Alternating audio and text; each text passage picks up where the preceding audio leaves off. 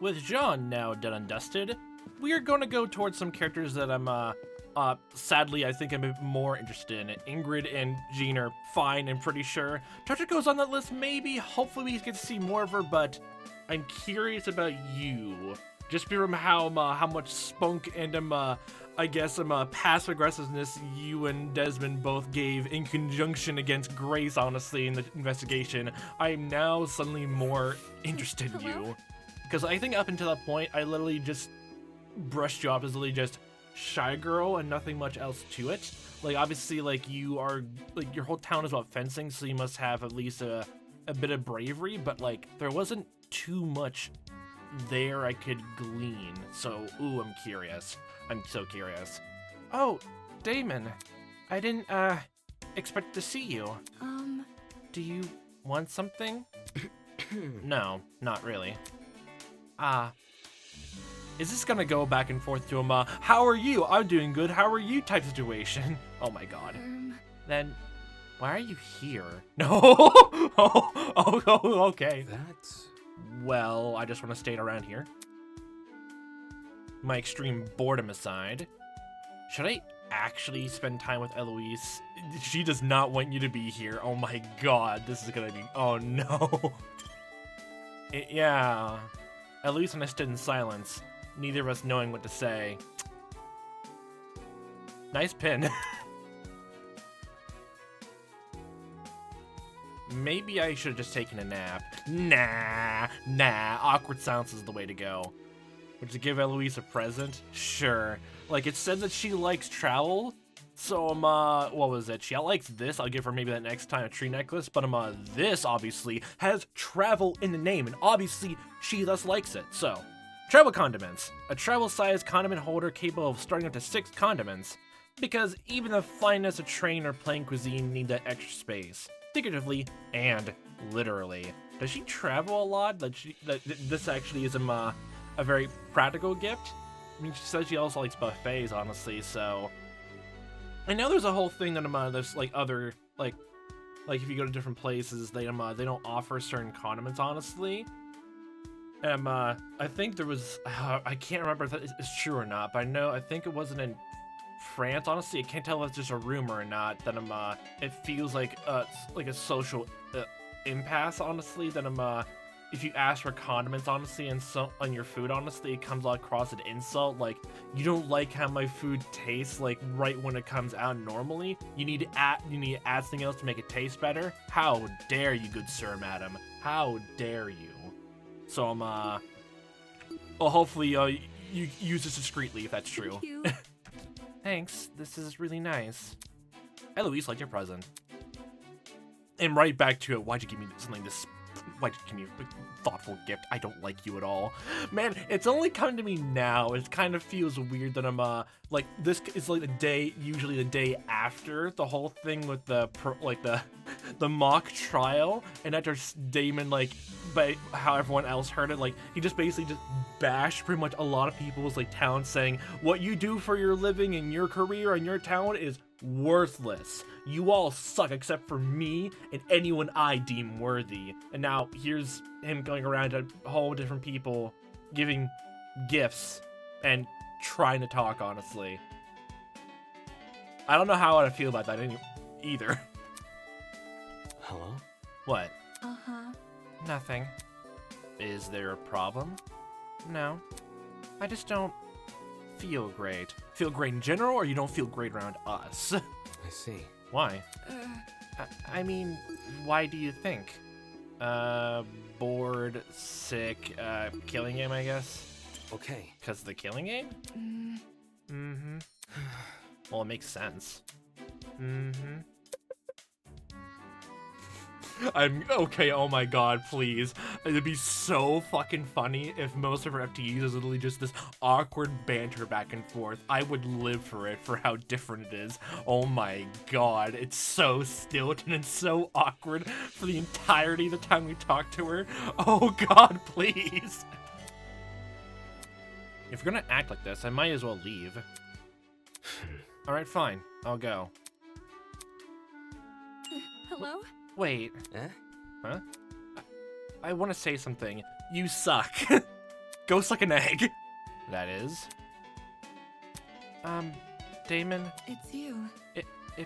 If you ever try to do something to me, oh, then I'm going to fight back. Huh? Fencer isn't someone you should underestimate. I can easily defeat adult men twice my size. I don't even have to use a blade either. Once I completely overpowered a person using just a pen. I like how we're immediately, like, she's actually threatening him. Oh my, oh dear God. Holy shit. Oh my God. Just a pen? And, if you don't believe me, Kind of like... I can give you a taste of what that person felt. Hold on, no.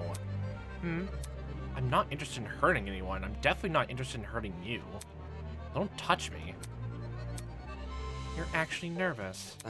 Well, you are the ultimate fencer. Yeah, and out of nowhere, like, when they're just like, even though Damon hasn't even said anything outwardly bad or malicious, honestly, you just basically just up and just said, like, if you go after me, I'll fucking kill you.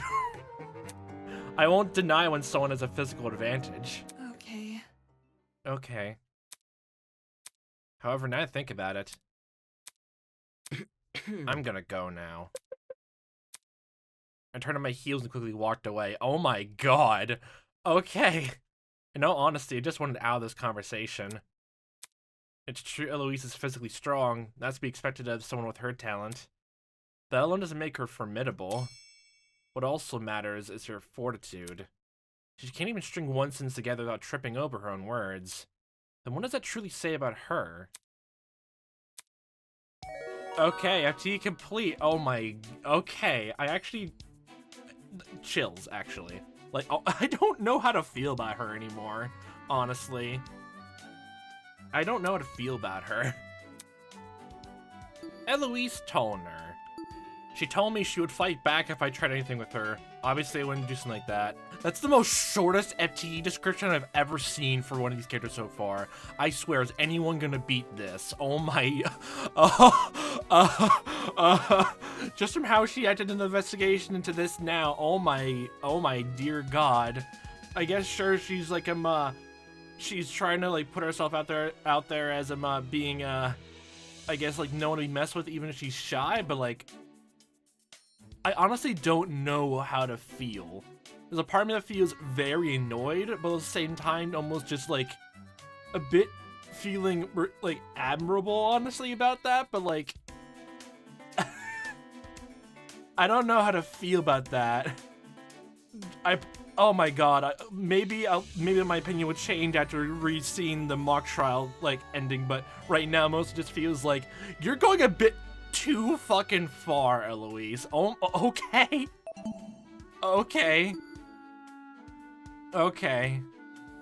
And again, everyone likes coming to the pharmacy. Everyone has to come into here at least once. If I see someone who does not come here, they're special. And I'm sorry, but you're not apparently by that metric. Mean. Do you think this thing is rigged? Oh, you're going to Pachinko? Yes. Actually, not really, no, because I played it for like several straight while, honestly, and it's pretty simple, honestly.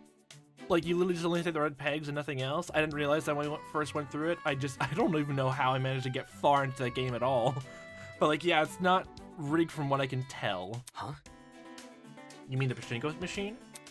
Mm-hmm. Considering the very nature of it, yeah. Well, I don't know how it's rigged, but eh. Not to mention Toes is the one behind it.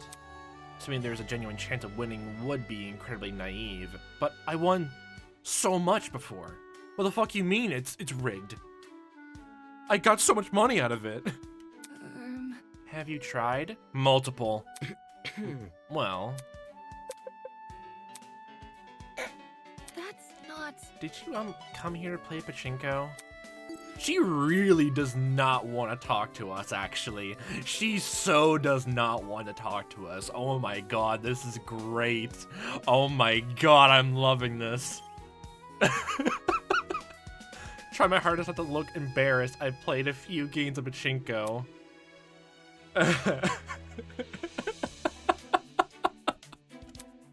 Would you like to give her a present? Anything to increase the awkwardness. I know you hate me, but I'll give you gifts just so we can talk more. Anything like that. Here, you like a tree necklace. A little tree inside of a glass globe. Calls to mind the Great Forest, the Eastern Territories. Oh my god. I feel like we're I feel like we're not gonna learn anything about her, honestly, during our FTEs. It's mostly we only learn, like, by hearsay or rumor or happenstance with other characters, honestly. We go through it and piece together that way. Oh my god, that'd be goddamn great. Thanks, this is really nice. I at least like your present. Another day, another awkward, stilted conversation. Why are you talking to me? Huh? You seemed pretty intimidated by me last time. You literally just threatened to, like, the fight back. Well, I guess you advocate for self-defense, but like that came out of fucking nowhere. So. That's barbaric. Are you one of those people who likes it when they feel scared?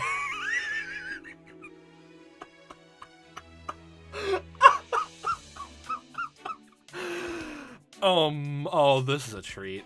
Seriously? What the hell are you talking about, you masochist? I'm not even scared. Oh, he's undisappointed. It's sort of written all over your face, though. Damn, does this girl think she can say anything to me now just because she has a physical advantage? Look, I'm simply curious about something. Okay. What is it?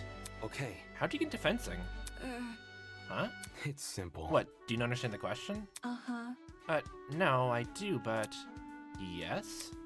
I got into it normally. That's... Normally meaning... Oh my god. Like, it was literally just like she joined a club and she just grew up the ranks, honestly, about it, nothing else to it, then... Okay... Oh my god, Wolfgang, you fucking dick. Just basically just saying, huh, never expected anything like that. Like, that's so normal for an ultimate. And here's Eloise, completely, like, in the in-group, honestly, who just, like, joined a group, honestly, just a club, and just doesn't have that, like, extravagant of a backstory for it, honestly. Please. Give me a moment. A club? Yeah, wow, look at that! Wow. That's it, though. Nothing fancy. My hatred and annoyance towards Wolfgang grows. I see.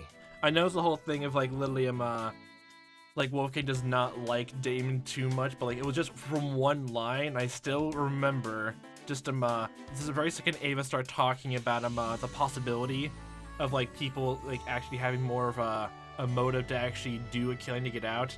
Like, Wolfgang actually started sweating. Like, he knew that Ava would have a point, but he did not want anyone to start, like, listening to that, take that to heart, because the whole group mentality thing.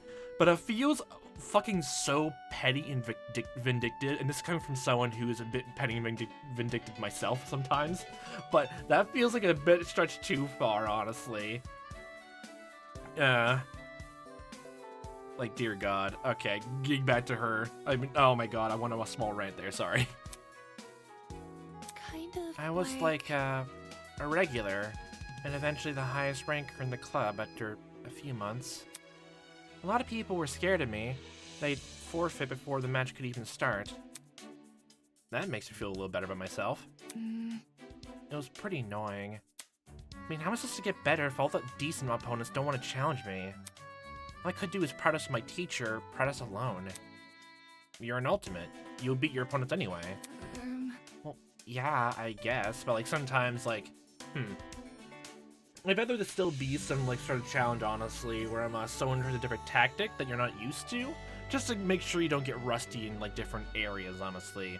It's like this whole thing of, like, when you play, like, a multiplayer game, like, oh, there's, like, this one cool sort of, I guess, meta in a sense that you get into the habit of doing in a game, where it's the most strategic and most easiest thing to do and get in the habit of. But when a new player joins, whether you're facing against them or trying to play with them, honestly, they have no idea about that meta or have no idea about the game and trying to learn the rules as they go. And because of that naivete or like ignorance, honestly, they don't know what to do. That can raise into a whole thing of either is this guy just playing like doesn't know how he's doing, or is he trying to do something new and shake everyone else up? It just becomes a whole thing of going back and forth with your brain of trying to either work with them or fight against them, not knowing if they're a pro or not. Like, oh dear. That could definitely happen. Yeah, but if it's only just a teacher and just by yourself, and like, yeah, by a certain point, like just practicing by yourself, honestly, would only yield so much. I'm assuming there's no other fencing clubs like around your area when you grew up, so you can diversify. Anyway, Are you not a sporty person? No. Eh?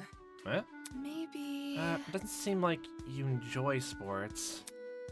What makes you think that? Oh, she's literally just making she's literally doing this whole thing of just from the way how she talks about that, she thinks that Damon is trying to inquire about her just to know what her weaknesses. I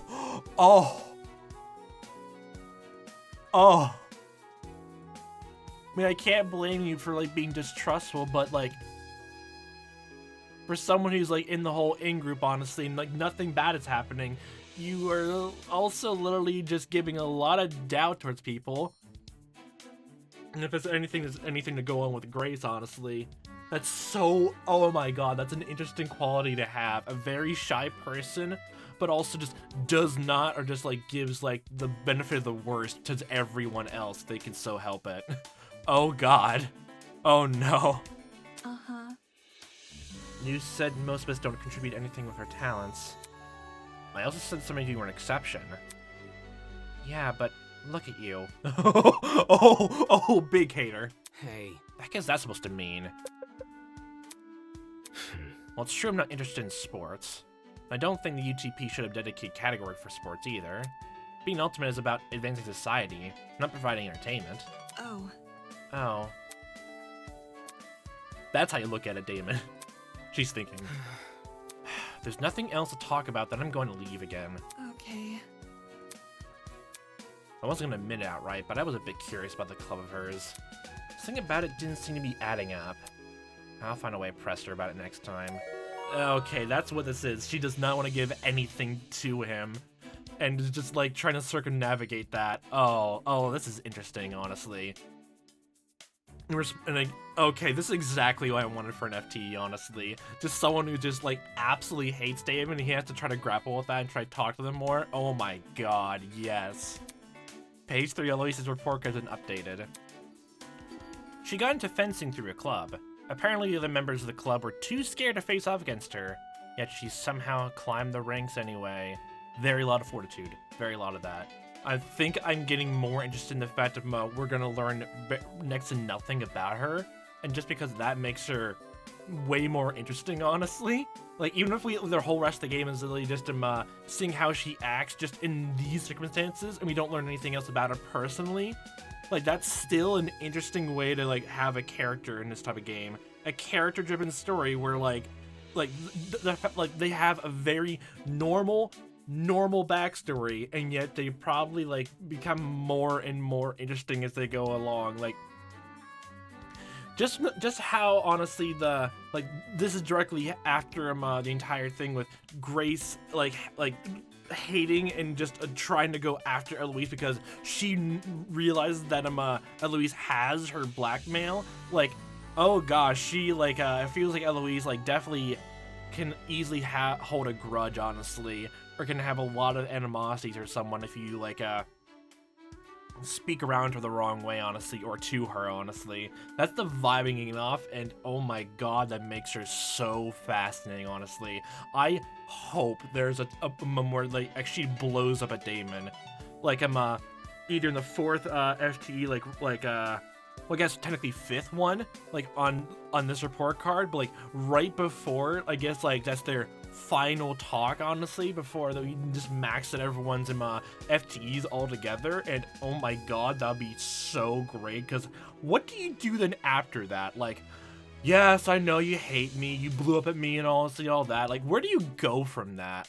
Oh please, like this is the one thing I would love implications of for just having Damon as a sort of almost like normal, like in other DR games, like a normal antagonistic figure, and then trying to talk and sort of make friends or like be better acquaintances with everyone else. Like, oh, that's too good for words, please. I want there to be other, like someone else's FTEs are like that, honestly. Please, that'd be Brilliant. So, Eloise, it's another day, another time to grit your teeth and just ask Damon to keep going away in your head, screaming loudly while you try to get through the conversation. Tournament right now sounds really foolish. I guess that's one thing we can agree on. Hello? Oh, hello. Hi. Hi. Do you want something? Go away. Please, like, I want, like, moments later on in the story to just be, like, when we, like, these sort of same interactions to the other chapters for who knows how long she, like, you know, lives or dies, honestly. It would just be some levels of, please go away. No, I just came here to grab medication. Oh. Right. Yeah, I'm gonna get it now. Watching under very big ol' eyes before watching like a fucking hawk. I'm watching over to a nearby cat and grab a bottle at random. Try best to ignore Eloise's searing stare.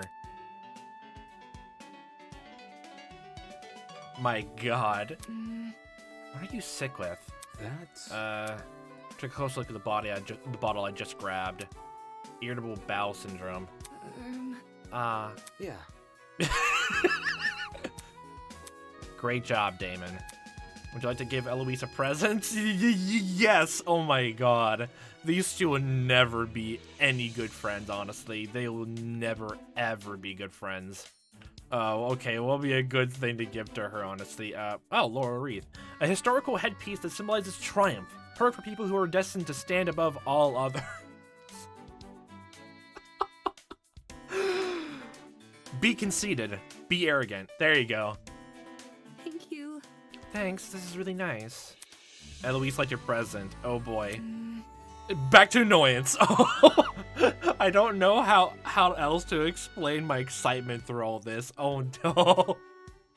I'm sick of being indoors so much. It feels like we're being mocked by that sky. That's... I mean the fake sky in the courtyard. Wait, we could actually talk to her, like, when she's in the courtyard. If she's there in the next one, oh my god, that'd just be so funny if we're out there, and we just talk to her there, and it just says all this. Yeah. Yeah.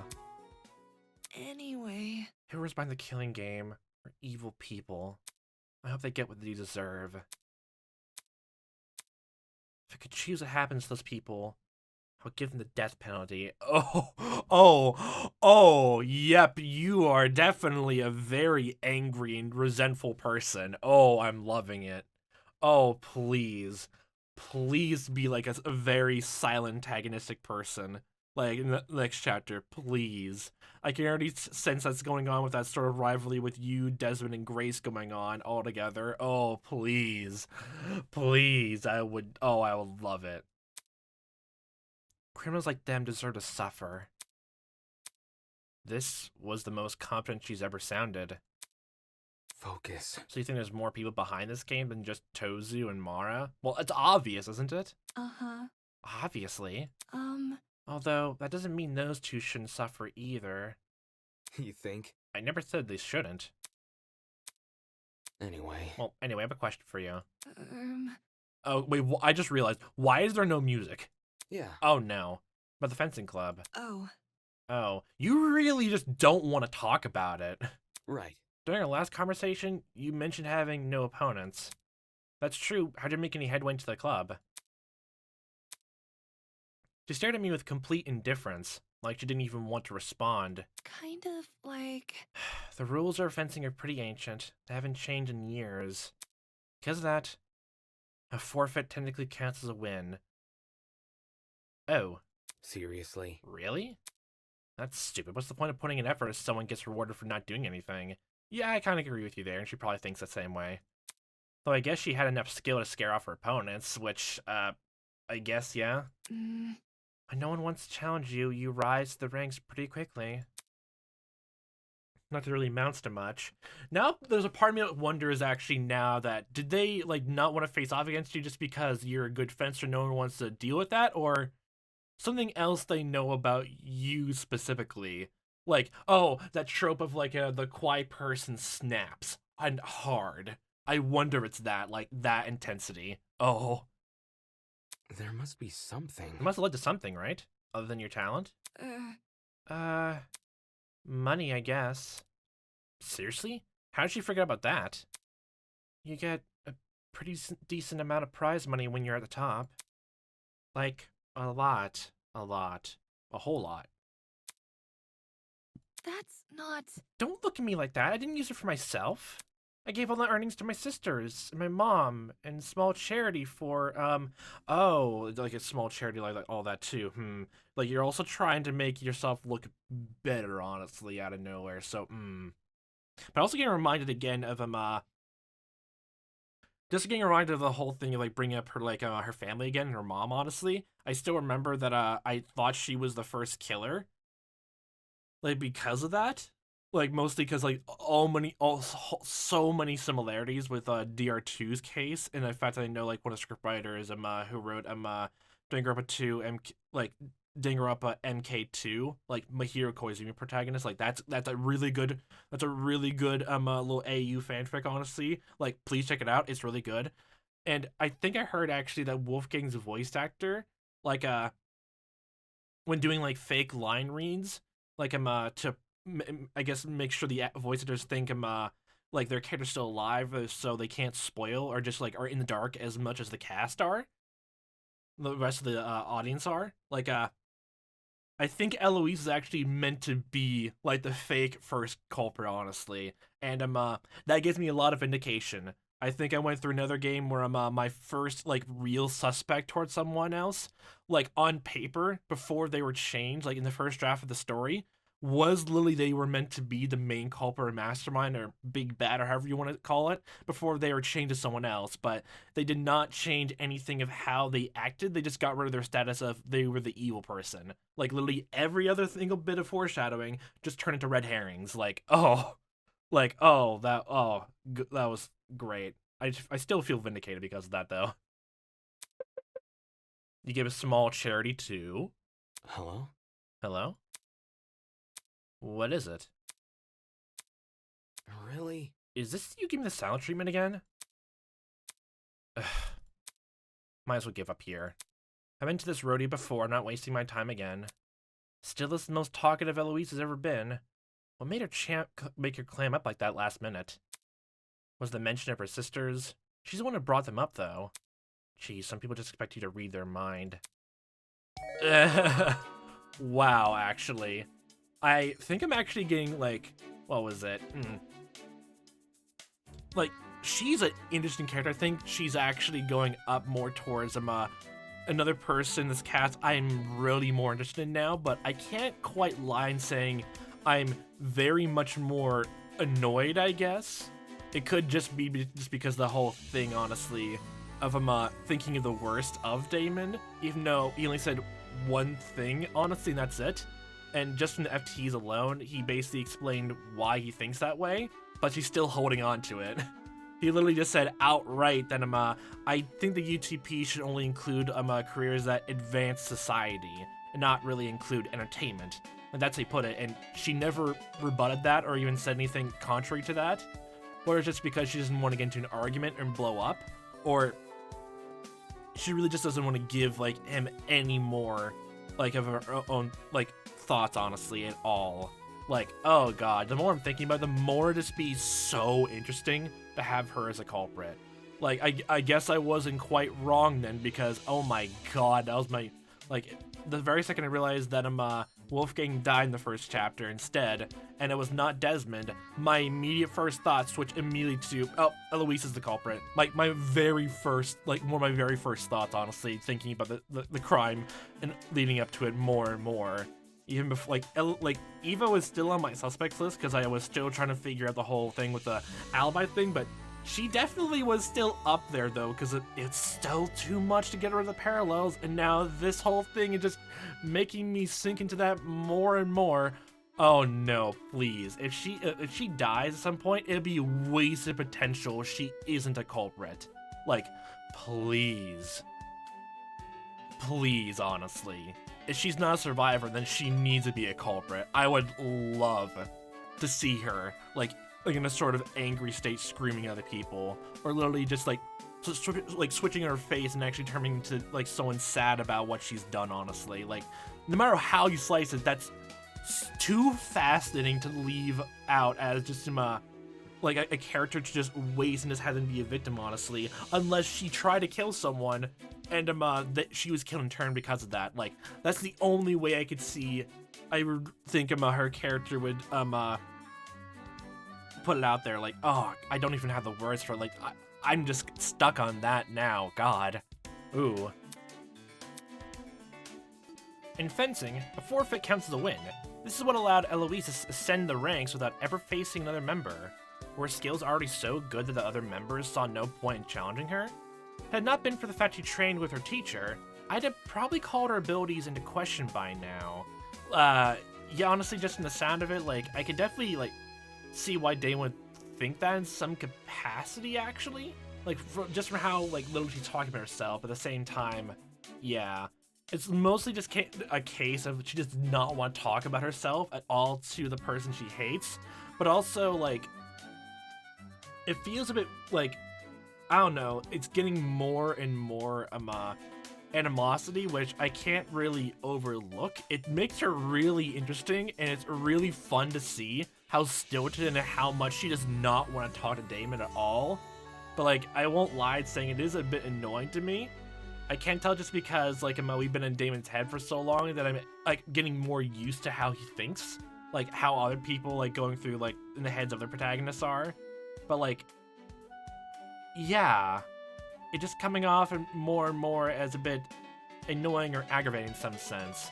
And I feel there's something else that Eloise literally is, like, just there's, like, one thing which, I guess, is a secret, which is not really too much of a secret, honestly, like, in that sense, like, it ruin her life or anything like that. Mostly just doesn't want to give Damon any ammunition against her or anyone else. Like, maybe she just, like, has a temper, honestly, or, like, blew up at someone in their past that she doesn't want to think about or talk about at all. And, like, it would be interesting, honestly, like, when she makes more and more friends with Desmond, honestly, like, she tells him about that in some capacity, whatever the thing is she's holding back. It'd just be very interesting to learn, like, what's the threshold, honestly, for, like, when she wants to talk about something to someone else. Hello, Eloise, you're hiding out in the laundromat here. Like, I kind of hope that you literally blow up, honestly, in this, like, right before, like, we finished off your FTEs, like, who knows how long, like, when the next chapter comes up. Like, oh my god, that'd be great. Eloise is stuffing a bunch of clothes into a washing machine.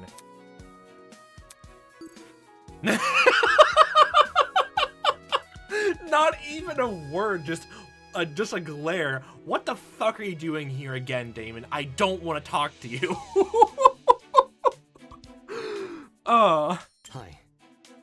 Hi, what are you doing? My laundry? How come? I thought Ingrid volunteered to do everyone's. I don't want Ingrid washing my clothes. Eh? Huh? I'd rather do it myself. That's... Do you not trust her? It's not about trust. I just personally like doing things myself. Ah, laundry included. I see. Yeah, can't fault you for that. This is awkward. Let's give Eloise a present. Yes, I'll give you a gift so you actually talk to me or feel obligated to. The same way every time Damon comes and talks to you, he has to literally play into awkward social circumstances just to get by in the whole thing. Just those, like, awkward moments just give me life. Oh, you like this? A pom-pom scrunchie. A pretty pom-pom scrunchie that takes flexibility to a whole new level. By utilizing braided, self-adjusting elastic, it promises a snug grip on any type of hair. I guess it would be nice to comment, like, along with your little swan pin, honestly. What was it? Swans can be very graceful, but also can be, like, right angry buggers, honestly. Like, what was it? I can't tell if I had I got into a altercation with a goose, or that was indeed a swan. I remember I was literally just at a small lake, like, when I go up to, like, go another state, like, to beat a trailer. And, like, there's just a very, very small pond there, with a little, duck feeder, like, this, like, coin dispenser. You just, like, toss and, like, some corn out to like either some ducks or some geese there, and sometimes a swan there. And like I still remember they like at some point I was just lingering around just the duck feeder, and literally some goose just like started like literally pecking and trying to gnaw my pant leg for some reason. I don't know why, but it was just they kept going after me. They are just yeah, they're aggressive. They're aggressive birds. I feel like there's probably animalism symbolism around with you then.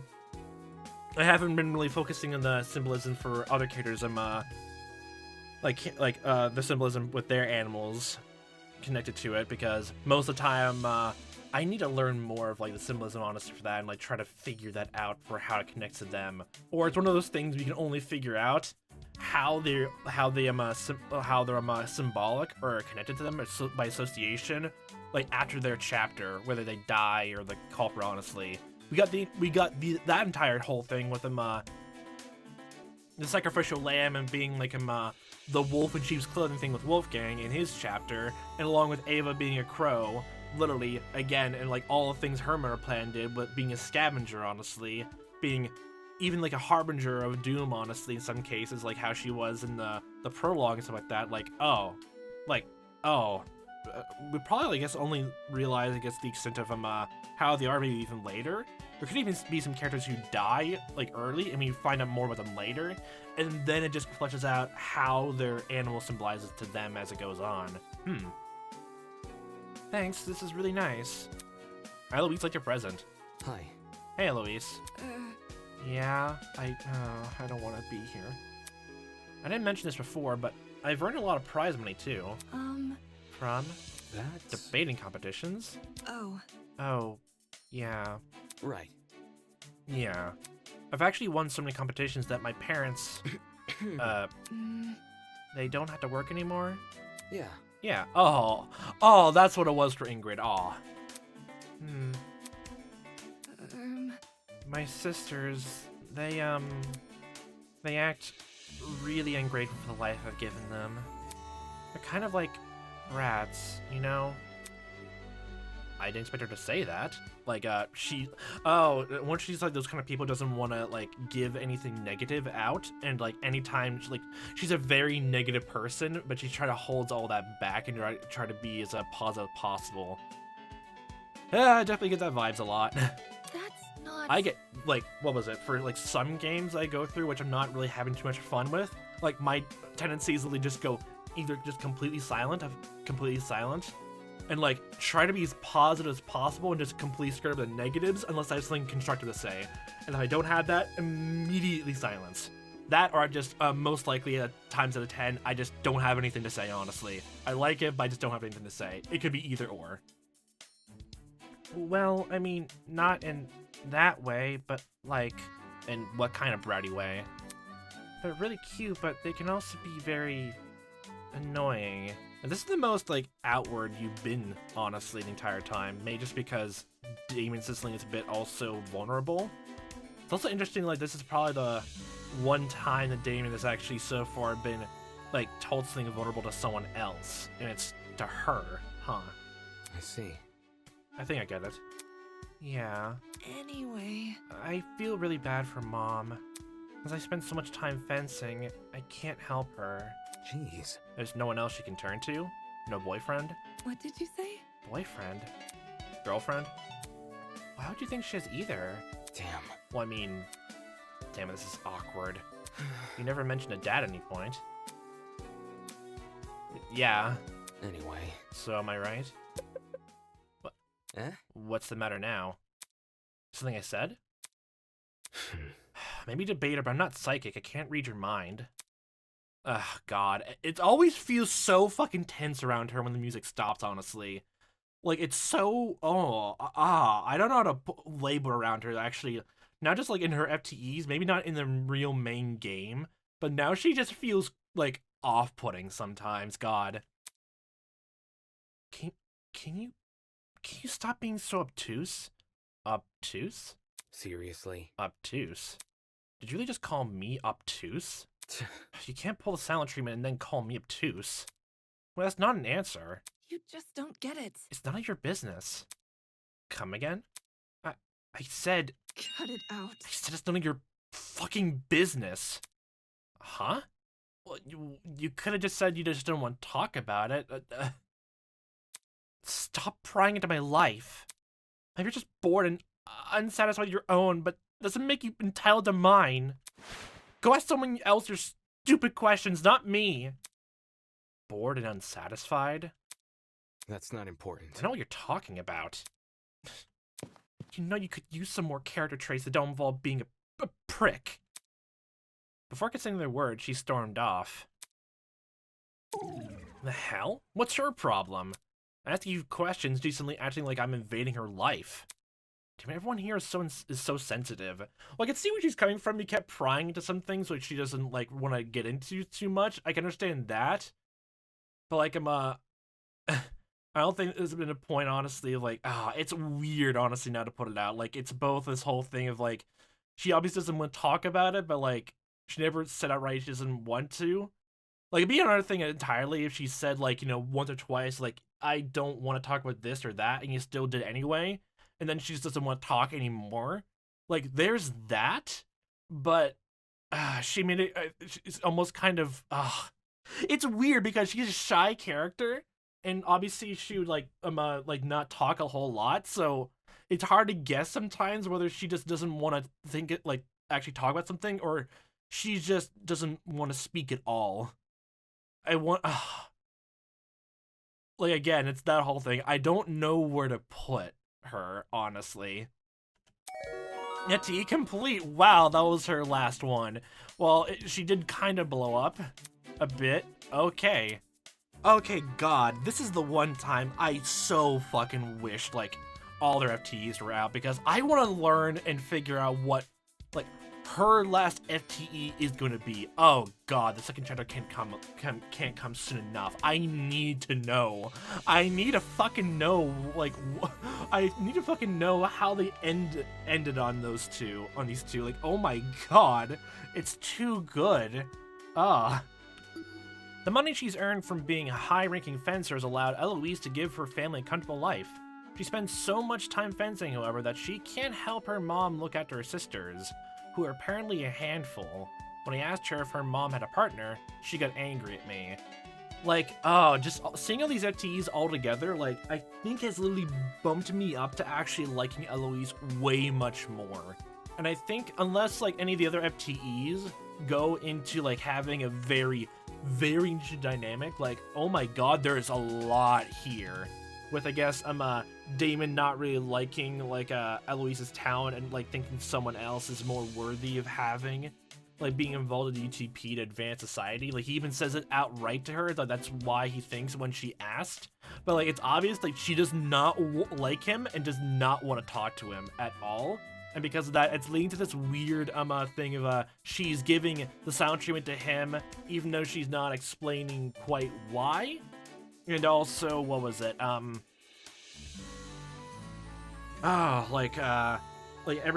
Even when she, like, obviously does not want to talk about something else, she just goes and just is completely silent, which she really is around a lot of people. That's her default. Like, she does not want to talk to him and wants him to get the hint.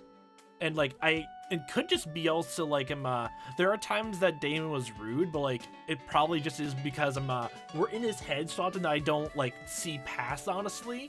That literally his entire chapters honestly made me feel more sympathetic to Damon. So I could just be skipping over times he literally is just being a giant asshole at times. But, like, I'm just seeing where he's coming from. I tend to gloss over it or just completely forget about it. That, like, he's asking, like, potentially evasive questions, or can be seen to him, like, almost, like, based on Eloise's mind, like, he's fishing for a weakness, honestly, or whatever else, but, like, it feels so fucking weird, honestly. Like, she threatened him the first FTE, and, like, it was being rude throughout, but, like, wasn't really explaining certain things. I can understand why she's done that, but, like, it's a both weird thing of I'm getting more annoyed with her, like just how she's acting, at least around Damon. I'm pretty sure, like, in any other circumstance, she's fine. Like the same way, like with Wolfgang, honestly, if he was with anyone else, he wouldn't be this snarky, honestly, or she wouldn't be like this, giving the sound streamer a tense, honestly, about it. But like, oh, Oh, it's really good. Just like having two characters like who in a way like sort of dislike each other, like trying to talk and have a relationship, honestly, just even a friendship, honestly. Like, I don't even think Damon would canonically even want to talk to Eloise that much, just because like she's quiet and like her talent is literally just like nothing, like is more sportsmanlike and nothing how he would put like anything that advances society. Even though there's other characters he does have a lot of respect for in other capacities, honestly. Like, oh, I'm trying to think now the reason why he probably likes, does he like Desmond just because like like he just likes him just like instinctually, or is like something else, the talent, honestly, that his whole thing of like being a marksman, he's good at shooting. I don't quite know. I need to think about that more when we get to him, but this feels like the entire FTEs are back and forth with like trying to be cordial and trying to be polite, but you don't want to be rude, but you come out being rude anyway, just from how they are just normally interacting with each other. Damon can say some things that are a bit more snarky to Eloise, which she thinks cross the line, but like in the moment to him, it just feels like I just want to get to know you more, and that's it. Like asking questions about that. Like I could see why she would get a bit mad about like maybe him prying into her life a bit more, but like since she's pretty quiet until the point where he asks about like her own family situation, which is probably a bit more sensitive, does not want to talk about, and that's the reason why she then blew up. It's kind of hard to like both fault either side in a sense, or like there's blame on both ends, because Eloise like just does not like Damon, and even up to this point, like Damon has been a bit, I guess at some points he's trying to like get to know her a bit more, but she's not saying outright like, hey, I don't want to talk about this or all of that, which God, this is like, she's fascinating, honestly. Whether or not she's like a killer or a victim, honestly, I kind of hope, no matter like which way they pull it, or she's a survivor, like there's not even a sense of like her like being like shy and confident like near the end, honestly. Like she slowly grows to be like that. Like no, I think if she does survive, like she like her entire FTE like being like more, I guess, very passionate, vindictive about I guess like justice and karma, honestly. Just from this other one, like, oh, wrong one. Like what was it? Right here, I think it was in this one, or yeah, like at the beginning of like the last FTE, like literally it's so interesting now that like, oh god, I really hope, and I'm really actually looking forward to now, like I guess the more subtle back and forth animosity she has with her and Grace, and I kind of hope it continues like that, because like, oh god, like she's probably the most interesting like character to think about right now. Probably also just because we're in a very snarky protagonist head the entire time, and everything that we see like around her is really just being on guard around Damon, and like, oh, it's so good, honestly. I'm actually really looking forward to see how she goes about, like I feel like if they handle her just right in the same fashion, like how she's doing the FTEs, and like that for the entire rest of the games and chapters, whether she lives or dies at the very end, like, oh god, like, I think she might be very, like, she's really well written, like, honestly. There's a lot here. Oh, she's great. You know, I didn't know what to expect when going through Eloise's FTEs, but now, possibly in the second chapter, along with our next person on the list, I think I'm gonna be looking forward to see how you go about it, whether you're just completely shy and more silent even in the background, honestly, but I think the growing animosity you have with Grace in the trial is gonna provide a bit of back and forth where you actually had to speak and actually talk up. But since going from you, how about we talk to your bestest buddy, Desmond? Hey, we've already done his first FTE during my initial blind playthrough, the first chapter, and he's a pretty chill dude, all things considered. And even though I actually felt really bad after realizing that the very second that we find out Wolfgang died and Desmond was no danger at all, my immediate first thought, like thinking, seeing that Wolfgang was dead, honestly, is like just throwing out everything that, hey, Desmond, you're gonna die here, you're the killer, like straight out the window. Like, legitimately. Now I'm just thinking about everything he's done in that trial and the investigation leading up to it and how Damon thinks of him. I'm suddenly just way more interested, honestly, just taking it in all more in hindsight. But just to make sure that everyone's on the same page, I'll let past me take over to do the first FTE I done with him. Alright, Desmond, old buddy, you're just standing right here in the center of the gazebo. Being all self-important and all, like, apparently. Just saying. Something I noticed about this place. Eh? Desmond stood with his arms folded, looking at the trees that surrounded the perimeter of the courtyard. Makes sense. Yeah, this place reminds me of a hiking trail I sometimes take. There's a ton of wildlife, though. The trail, I mean. Last time I was there, I actually saw painted bunting. Bunting? Crazy, huh? What the hell is a painted bunting?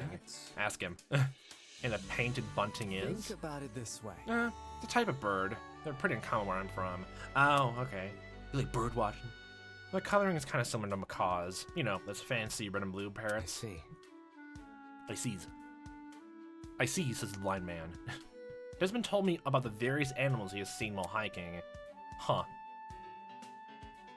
Still cannot get on my head that Wolfgang's first thing to ask Desmond was, have you killed anyone with those lizards before? God. I suppose it would make sense that he has an interest in animals. A good marksman would need to have a sharp eye, especially for things that move. Then again, didn't he say he doesn't shoot moving targets? What did you give Desmond a present? Yes. Let's see. We're not gonna give him either of these. No. Like, would he even like that anyway? No, he's like indifferent to it. So no, just definitely not. What do you like? Yeah, he liked the mini dumbbells actually. Anything else? Nothing's fancy. Oh, what do you actually? Yeah, I thought you definitely would like the bonsai tree actually. Let's give him that.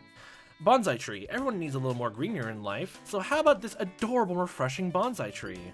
Like, those are actually really cool. I appreciate it, dude. It's a lot that you saw this and thought of me. Desmond liked your present. Any clue? Hey, is it cool if I ask you a few questions? Why are you like this? Really? I'm not about to sit here and play 20 questions with you, then play 3 questions. That's a funner game, right? Believe me. Hold on. Hear me out. Hear me out, you say. Helps both of us to get to know each other better. You can even ask me 20 questions to balance things out.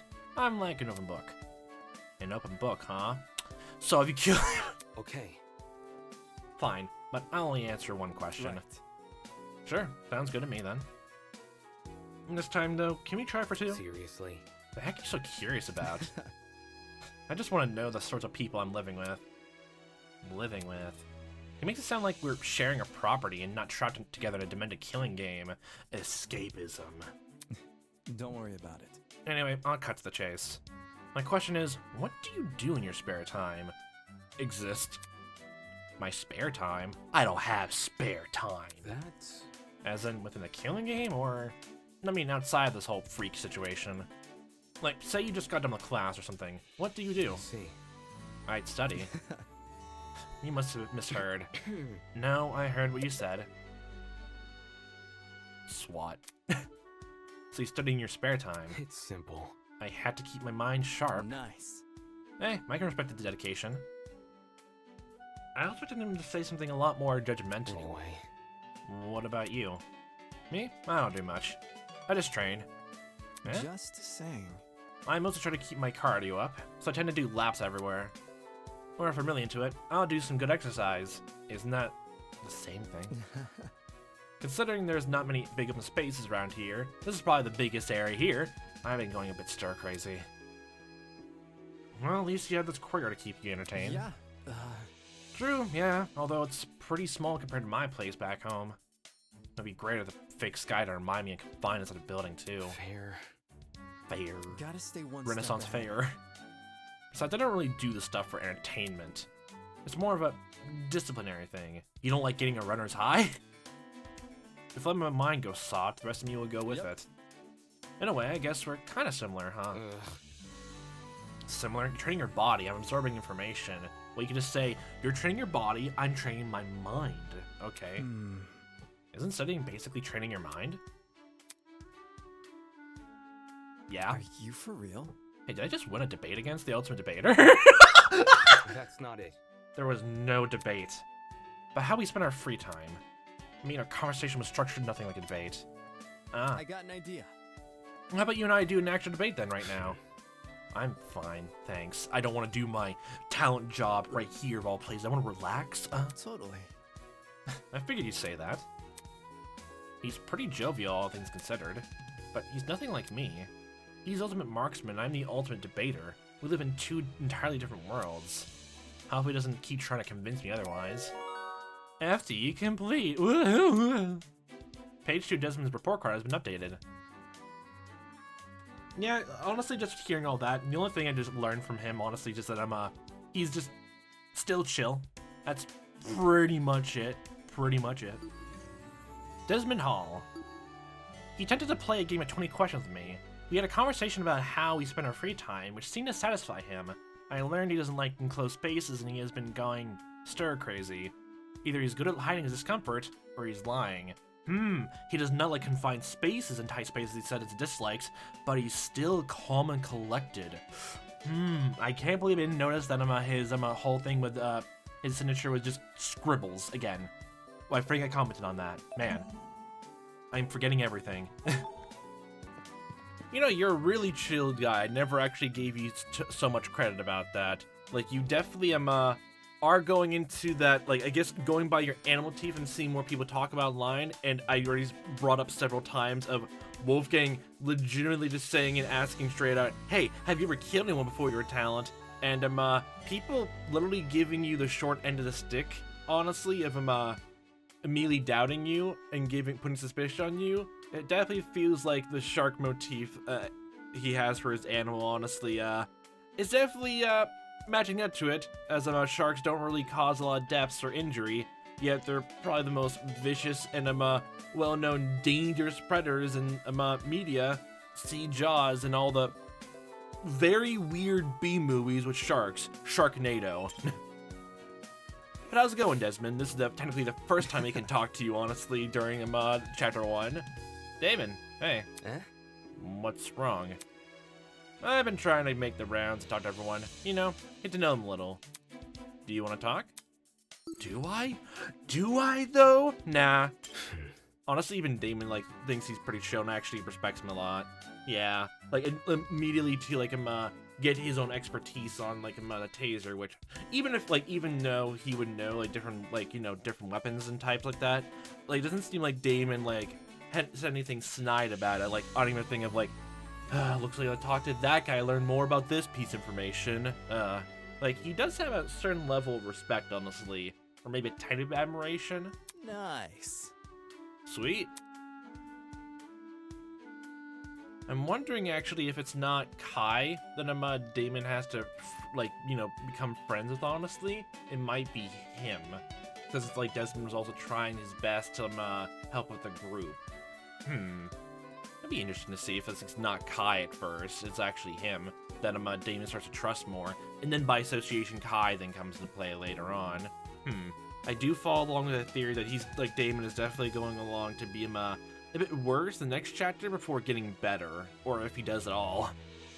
Desmond attempted to hold a conversation with me, but our time together was more awkward silence than anything else. Because you don't have a lot of things to talk with, Damon, you just study and do nothing else. Gosh. But to give Desmond a present? Yes! I'm forgetting exactly what kind of stuff he does like, but I always want to try to give him a different gift, unique gift to everyone else, so let's see, what we haven't, like, shown out yet? Let's see, like, oh, you like this in the teleporter. That's a game reference, I want to give that to Cassidy, honestly. Let's see, what else would you like? Man, everything down here just don't like it all.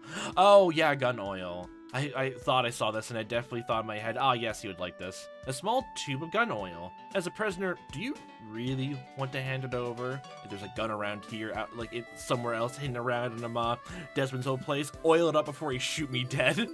Or before someone else grabs and shoots me dead. You for real? You sure you want me to have this? This isn't the kind of thing you come by often. Well, okay, I'll take it. He liked your present. Nice. So, hi. Compared to the other people we were stuck with, this guy was so normal. If we had met under better circumstances, I might have even tolerated him as an acquaintance. Yeah, that's a very snide way of putting it, but yeah, see, you actually like him. He's fun to be around. And again, I do like the patterns he has going on his blue shirt, honestly. Like, a lot of the color scheme for him, like, works really well. It's very pleasing, honestly. Very. Safety first. Are you up for a run around the courtyard? Come again? What? A 10-minute run can do wonders for clearing your head. Sounds pretty good right now, yeah? I'll pass. Let's be civil. 5 minutes? Ugh. I said I'll pass. Oh, sorry. I just assumed, well, you know. What should I know? Eh? Assumed what? Yeah. That, you are more fit than that. Hey. What are you implying? That I can't handle a 5-minute run? Maybe? Are you too chicken? Maybe we should do it just so we can find out. It's me. Go ahead and prove me wrong, dude. Yeah! Excellent manipulation tactics. People are learning. I made Desmond stand and watch while I ran a few laps around the courtyard. He was just cheering on, clapping softly. Woo, you go do it. God. Whoa. Whoa, are you okay? Ugh. Yes. I just need a break. It hasn't even been a minute, though. It's not You- like that. You act like I do this regularly. You're the one who volunteered. You didn't coax me into it. It's a double-edged sword right there. It's a two-way street. This looks bad. Anyway, your face is really red. You should really cool down. Do you want to take off your suit? Seriously? Now you're asking me to strip too. What? You're wearing a jacket, dude. Don't get it mixed up. Just say no if you don't want to. I should have done that a lot earlier. Shit. Hang on, I had an idea. Is there even like a cooling fan anywhere around this facility? Let me grab something cold from the kitchen. Stay right there. With those words, Desmond booked it out of the courtyard. In a few minutes, he returned with a bottled drink in his hand. I got you. Okay, I got this lemonade. Before I could finish the sentence, I swiped the bottle from his hand and downed half of it. God. Whoa. Whoa. Very thirst. Very parched. Much so. Ugh. All right. Oh, I feel better now. That's great.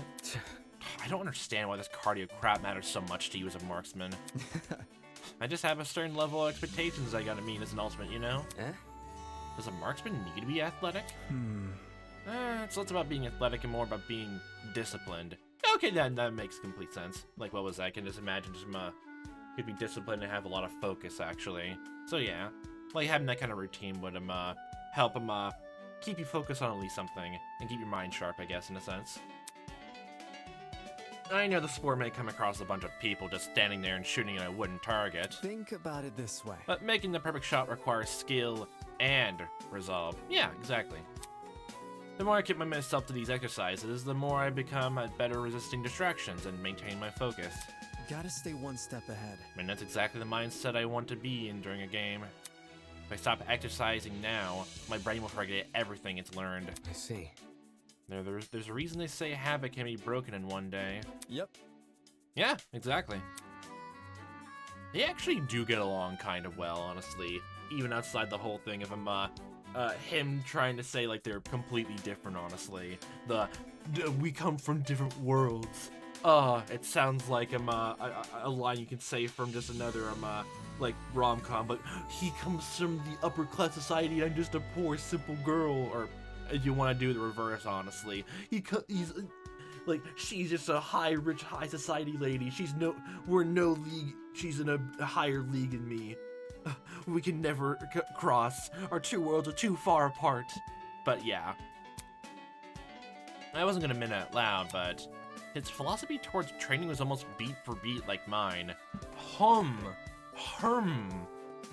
Stroke chin. How is that possible when their talents are so different? There must be something I'm misunderstanding. Something he neglected to mention. No. Yeah, I'm starting to think just from the other ones, he's just doubting everyone slowly. If like at some points I kind of see where he's coming from a tiny bit. Although like he's coming a bit across just I need to be better more than everyone else, more than anyone else, even with people who talents which he has no interest in. Like again, like Damon is just a fascinating character of contradictions. He's a person who says he doesn't care, but he kind of does. but also in his head, he sort of cares enough to like hate or judge other people. It's fucking insane, honestly, how well characterized he is. I think I remember just saying like need to learn more about him, honestly. We're like slowly learning that from his FTEs a tiny bit, but it's actually nice seeing how more he's been characterized than I'm expecting, like compared to other DR like FTEs. Honestly, they usually only focus on them the character you're talking to and not you as a person, honestly. Which this is a way more interesting to have it sort of be both ways. Like you learn a bit about the main character as well, along with mostly just the character you're talking to. It's pretty neato. If not, what does it say about me? It means I don't know.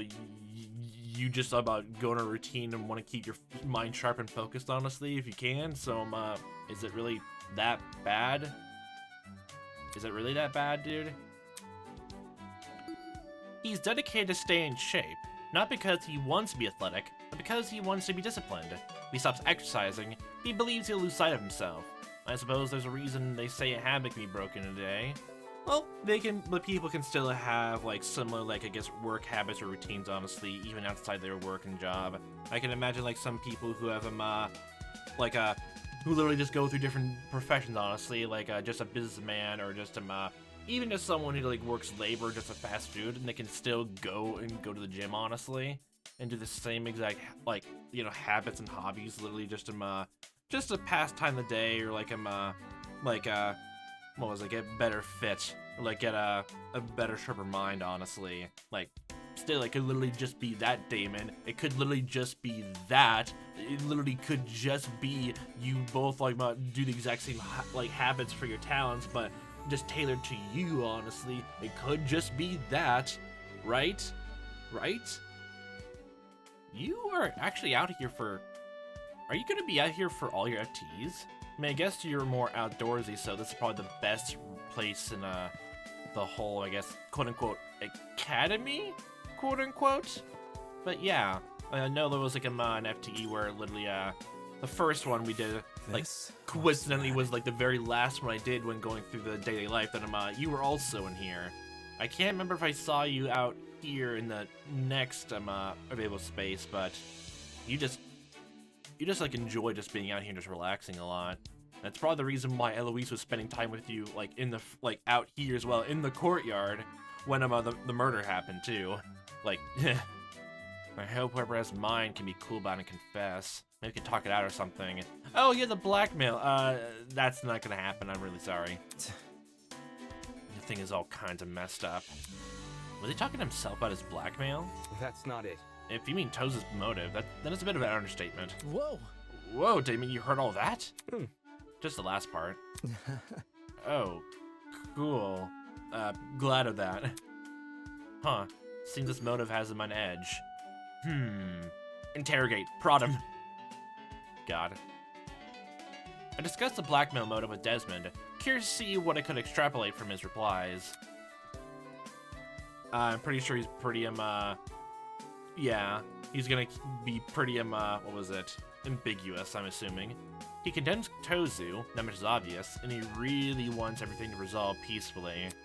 No comment on his own stakes in the situation, though. He's clearly nervous about his blackmail, given what I overheard earlier, but it seems he won't talk about it now that I'm here. Meh, that's fine. So, what other presents would he like?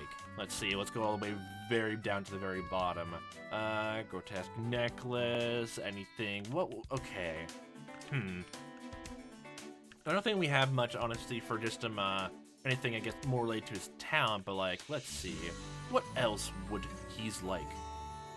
There's, I saw he liked this, the grotesque necklace, which I think is a reference to something, but I don't know if I'm right or not, but, like, my first thought is, like, I don't know, is there some Pokemon that, like, looks like an amulet like that? Like, or I think I'm just complaining it with a Pokemon that just holds, like, it's, like, some mask or an amulet, like, on their person at all times. It could just be that, but, I don't know where I heard this or saw it before. It's very familiar. A necklace bought from a traveling merchant. The pendant resembles a hideous-looking face. Wait, did the eye just move? Let's get this curse amulet off ourselves. Here you go. Are you for real? You sure you want me to have this? This isn't the kind of thing you come by often. Okay, I'll take it. Very, very old school amulet. Very rare. And it was just in here. You know, since you scratched my back earlier, maybe I can scratch yours. Okay, well, we did a run, so what will you do here then for debating? Huh? What? I asked if you were up for a run in the courtyard, and you technically were. I got you. So is there anything you want me to do for you? He sure is a fan of these little trades. Well, I mean, that's kind of a back and forth social interaction thingy, like trying to do. Like, honestly, it's probably what I would like to do. Like, the sort of back and forth thing. Hey, I show you this thing. Nice. I'm glad you like or dislike it. Nice. Okay, show me something back instead. Like, that's technically how I do it. Right. Alright, I have an idea. Let's do a practice debate. Nice. Really? Great. I've been wanting to have a debate with you. That's the topic. The students' economic issues, the taste of lemonade. I don't care if it's like definitely not gonna happen. I just need to know. There must be The something. lemonade you gave me last time. Have you tried to bottle it yourself? Nope. Why? Never mind. No, I'm curious. Was there something about the lemonade you wanted to debate? That's not important. No, obviously not. I wouldn't hold a debate over something insignificant like that. At least not willingly. I just want to know, just like current economic issues. Desmond's just like, dude, I'm not interested in that at all. It's an important subject, and one I have general knowledge in. With a bit of prep time, I'll be able to construct a good argument. But it's also really boring to talk about. Just shut that down immediately. Why did music just cut out thinking about that? Focus. How about we debate the trustworthiness of the other students? You all right? Huh? What do you mean? It's simple. Isn't it self-explanatory? You and I argue whether or not the others are trustworthy. Yeah. I don't know, dude. I'm not really comfortable with that. Why? Are you for real? What do you mean, why? I can't just say I can't just throw doubt at people for no reason. I think being in a killing game is good enough reason. Let's be civil. Look, let's just forget this whole debate thing and talk about something else. That being... Well, lately, I've been thinking about getting into journaling. Eh? Journaling? Totally. Just my general thoughts, you know? Can't tell if, what was that? I want to read that, stuff before again, Han, what was that? I actually want to read that again. I can't just say my thoughts on everyone else. Can't just throw doubt at people for no reason. It's mostly just, doesn't want to cause any strife at all. That's that's the general gist I'm getting, just from everything else. Even if he has thoughts, honestly, if, he doesn't trust this person or that person, he doesn't really want to cause any kind of strife, especially in this kind of stressful situation. Just my general thoughts, you know? My desk in my dorm room has a bunch of sticky notes, so I'm considering just writing on those. Any clue? If I were to start journaling on a regular basis, how much time do you think I should dedicate to it? Come again? How much do you think you should dedicate? Maybe a few hours? A few hours? How much did it say? For journaling? Is that too short? No. What? No, it's way too long. I was expecting you to say half an hour at most. Yeah, unless you have a lot of thoughts or you're working through a lot of different things. I don't think a lot of people would have too much to say about their day, unless they live a very, very hectic, intense, or very active life. Makes sense. Right, that makes sense. All good. I was worried journaling would eat into my exercise time. That's... Wait, how much time do you spend exercising? The 20 hours. In this courtyard, probably 4 hours. Huh? All in one go? Yeah, back home it's normally 5, but I'm cutting myself a tiny bit of slack here. Besides, this has more or less been my routine since I was 17. Just nothing I'm not used to. You was 17 exercising for 5 hours straight? He's dedicated. I'll give him that. Jeez. What about school then? If you went to school for, say, 6 hours and trained for another 5 hours. Easy enough. 1 hour free time sounds good to me. Okay. Only 1 hour free time? But man, I want to have more free time than that. Does that include the time he spends on mundane stuff like getting change or eating food? Damn. I barely let myself free time as is, and even I think that's insane. Don't worry about it. It's not as bad as it sounds, really. Like, even talking to people, honestly, and just as Damon put out like that. I'm trying to think, like, I'm 8 hours of sleep, and like 6 hours of school, 5, that's 11, that's 19, so like 1 hour of free time, the rest is literally just, I don't know, I'm doing basic necessities then? Okay. That's just how I work, you know? I ain't being bored. I see. And being displaced must feel like a death trap. You can say that again. You may laugh about it, but a suffocating place like this killing game must be 10 times more unbearable for an active guy like him. And a cold demeanor of his never falters, even when talking about the situation. Is this what he means when he talks about discipline? Honestly, yeah, I can see it. Like, he's just getting more and more chill, honestly, more and more cool by the second. Cool dude. Very cool dude. He wasn't joking about being disciplined.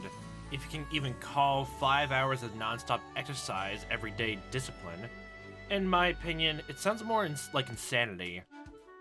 Allegedly, he began his routine all the way back in high school. 6 hours of school, combined with 5 hours of exercise. Even I can't imagine allocating myself only 1 hour of free time a day. Does he genuinely enjoy any of this, or is he being bored worse than a death sentence for him? Probably just that. Honestly, just in what was it? Desmond's not interesting, I guess, in the like an interesting life kind of way. It's more like he's more interesting in that same way that he's a very chill and relaxed person. Like, it's just more down to earth interesting. Like, huh? It's kind of almost like, what was it? Like all the other characters in a way. Excuse me, like probably have some like unique backstories, honestly, or like have some unique or loud takes about things. Like Desmond's probably the most typically normal person outside, I guess, quote unquote, just Damon as the main character. Besides, like, I guess 1 or 2 other people, but it's more interesting, like how chill and relaxed he is. Huh. Just more and more like intriguing, interesting in that fashion the more goes on. And yeah, you actually do like spending time out here the most, actually. I'm assuming that's gonna keep going, honestly, for the rest of the game. That amount you spend all your FTEs out here in the courtyard and nowhere else. Oh, hey Damon. I was actually hoping our paths would cross. There's something I want to talk to you. Something you wants to ask me? Yeah, sure. Okay. Man, that is? Any clue? Are you going to the game tournament tomorrow? Eh? No? Why? You want to partner up and ruin the story? Don't worry about it. Just curious. I see. Anyway. Are you going? Just saying. Nah, I'm not really into video games, unfortunately. Very sad. Not a gamer at heart. But I think it's cool to see everyone working together on a big event like this. Why do you bother asking me if he's not even going? Just to see what your vibes are? And it's small talk, dude. I see. So you don't like video games. That's surprising. Not too much, really. Not really. No. Is it? Yeah, you seem like the type who would. Totally. Well, I did play some stuff as a kid. That's what you mean. Are you thinking of, like, shooter games? I mean, I guess, but just up to this point, like, it never really crossed my mind he'd be into that stuff. Not really. Dungeon crawlers and RPGs. Oh, no, that's more unexpected. Like, those are, oh, that's cool. Oh, man, that one game where you build theme parks, the roller coaster tycoon. Oh my gosh. Okay, I wasn't expecting this from you, but like, okay, that's really cool. What was it called again? Roller coaster. Oh, we can't say the name because of the copyright, and that I'm not gonna remind that stupid weird localization copyright thing. If they had to change the name, honestly, when they localized it. Kniferella. Like, what? Like, that was a stupid joke in DR2. Despite his best efforts, Desmond could not remember the name of the video game he was thinking of. He started buffering the computer program trying to think of the last word. That's funny. Okay, and the last thing, what can we give him? Let's see. Does he? No, he doesn't like flamethrower guitar? How could? How could? How dare? It's cool. What would he like? What else? Like, women are all, everyone just like neutral, has no flavor to it, no finesse. Oh my god, you like the big mouth Barney Bass? Okay, we are gonna be good pals. We're gonna be good pals, there you go. I can't believe Grace likes it too, actually. Huh. Surprising. Whoa! No way. You actually found this and thought of me? I'm glad we share a knack for annoying fish songs. My dear god. Don't think I won't get you something back. I'll definitely find a gift for you. Desmond loved your present. Loved. Oh, there's a hidden thing of like and love. Oh my god, I didn't realize that. I was wondering if there was a thing of him, like up arrow, honestly, is like just only likes, honestly, up like the upscale, but there's a hidden love and like scaling to it as well. Oh, okay, that's great. Oh my god, you love the shit out of this bass. Oh my god, it's great. I got an idea. You know, I thought of something kind of funny.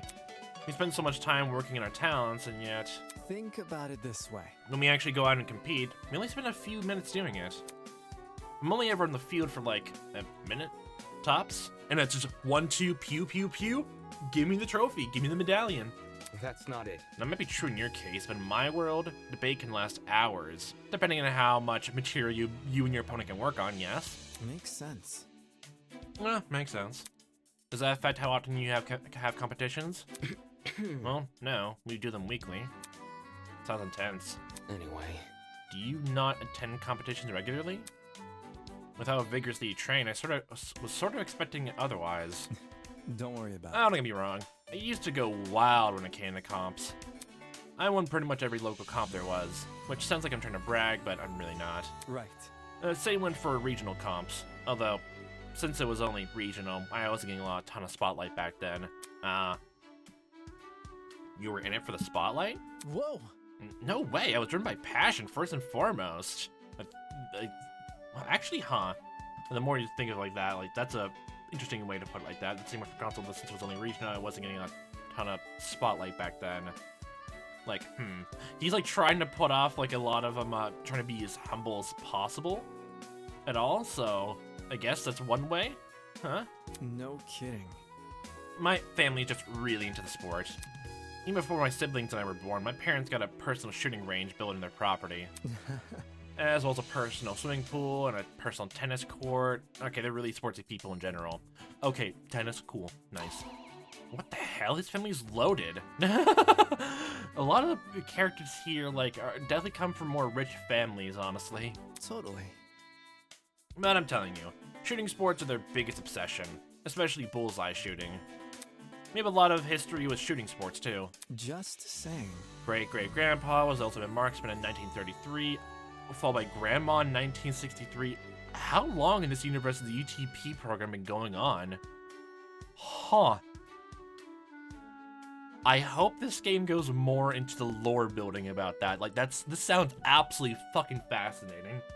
God damn it. It was the one thing I always want to dig around to like actually talk into, besides just the general, I guess, like just only using the talents as a general just from showcasing off, like, you know, like how one's self-esteem, feeling like you're not worth anything compared to other people who've done great things, or you're surrounded by people who you think have done way better things than you, honestly. And exploring that, I so want to see like an actual world building like exercise with just going with that. And oh my god, this is right up my alley. Oh my god, my brain is fully concentrated right now.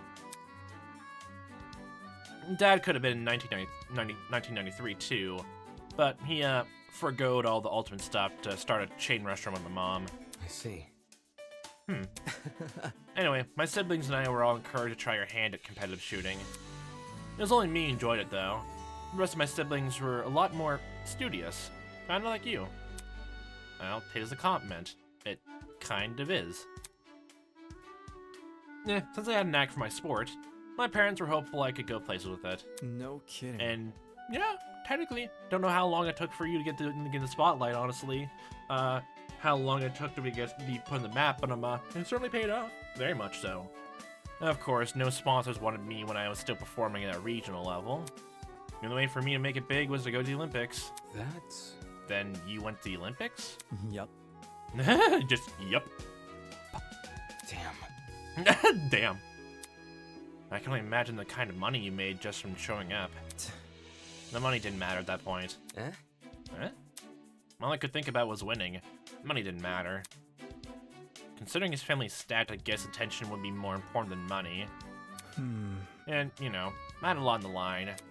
I don't know if it was attention, as he mentioned before. He kept saying, like, even though he was talking about the whole being the spotlight thing with the regional stuff, like, almost like just getting, I don't know, I'm getting a weird mix, like, it kind of was a bit of tension, but, like, he just had a lot of passion for it. I don't know if it was just the attention or honesty for it or not.